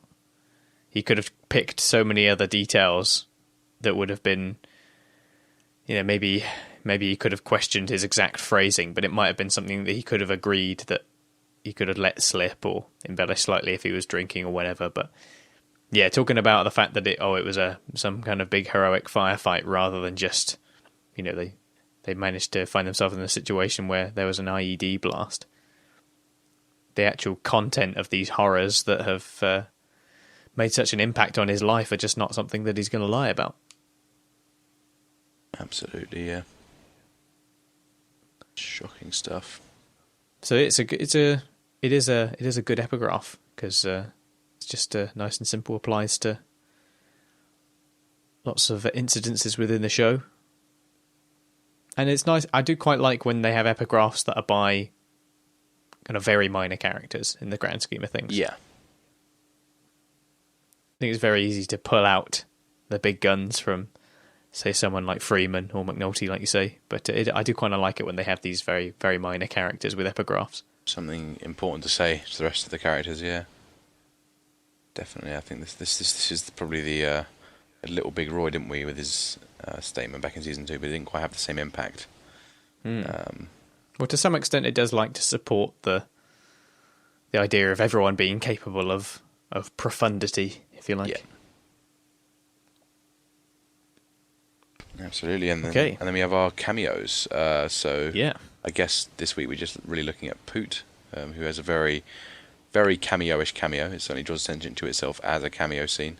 I'm not sure if Jen is one. Maybe she appears again, but if not, then I guess we can count Jen as our second cameo this time round. Maryland District Attorney guy, does he show up again? He's been in 3 episodes, I think, this season. He's been in a lot of the discussions with Carcetti about the Clay Davis case. Sorry, I should be more Fitz. specific. I don't mean a cameo. Yeah. I mean, I suppose Fitz and most of them. I've forgotten the Amanda lady's Reese, name now. yeah. That's But it. Amanda both of those Reese, were yeah. in episode 3, I think, of this season. So we have to kind of scratch them as cameos. But I don't. I didn't mean a cameo. What I meant Yeah. was final appearance. Does he appear in any other episodes? Yeah. This district attorney. I don't think they do. I think Fitz, all 3 of those guys, all 3 of those FBI guys are probably, that's the end of them as far as the show goes. So, yeah, I mean, we've still got a few more cameos to come. I know we're going to see a bit of Bunny, a bit of Naaman, a bit of Prez, a bit of Shardine. But for the time being, that's all we got this time around. Okay, so anything else we want to say about episode 8? No, I think we obviously 2.5 hours plus. We've discussed as much as we possibly can, I think. Yeah, there's that was the I suppose that was the anti-penultimate episode, and the next one will be the penultimate episode. We'll be looking at episode 9, late editions, drawing very close to the end now. But thanks everyone else who's contacted us with your emails and comments on YouTube or the like.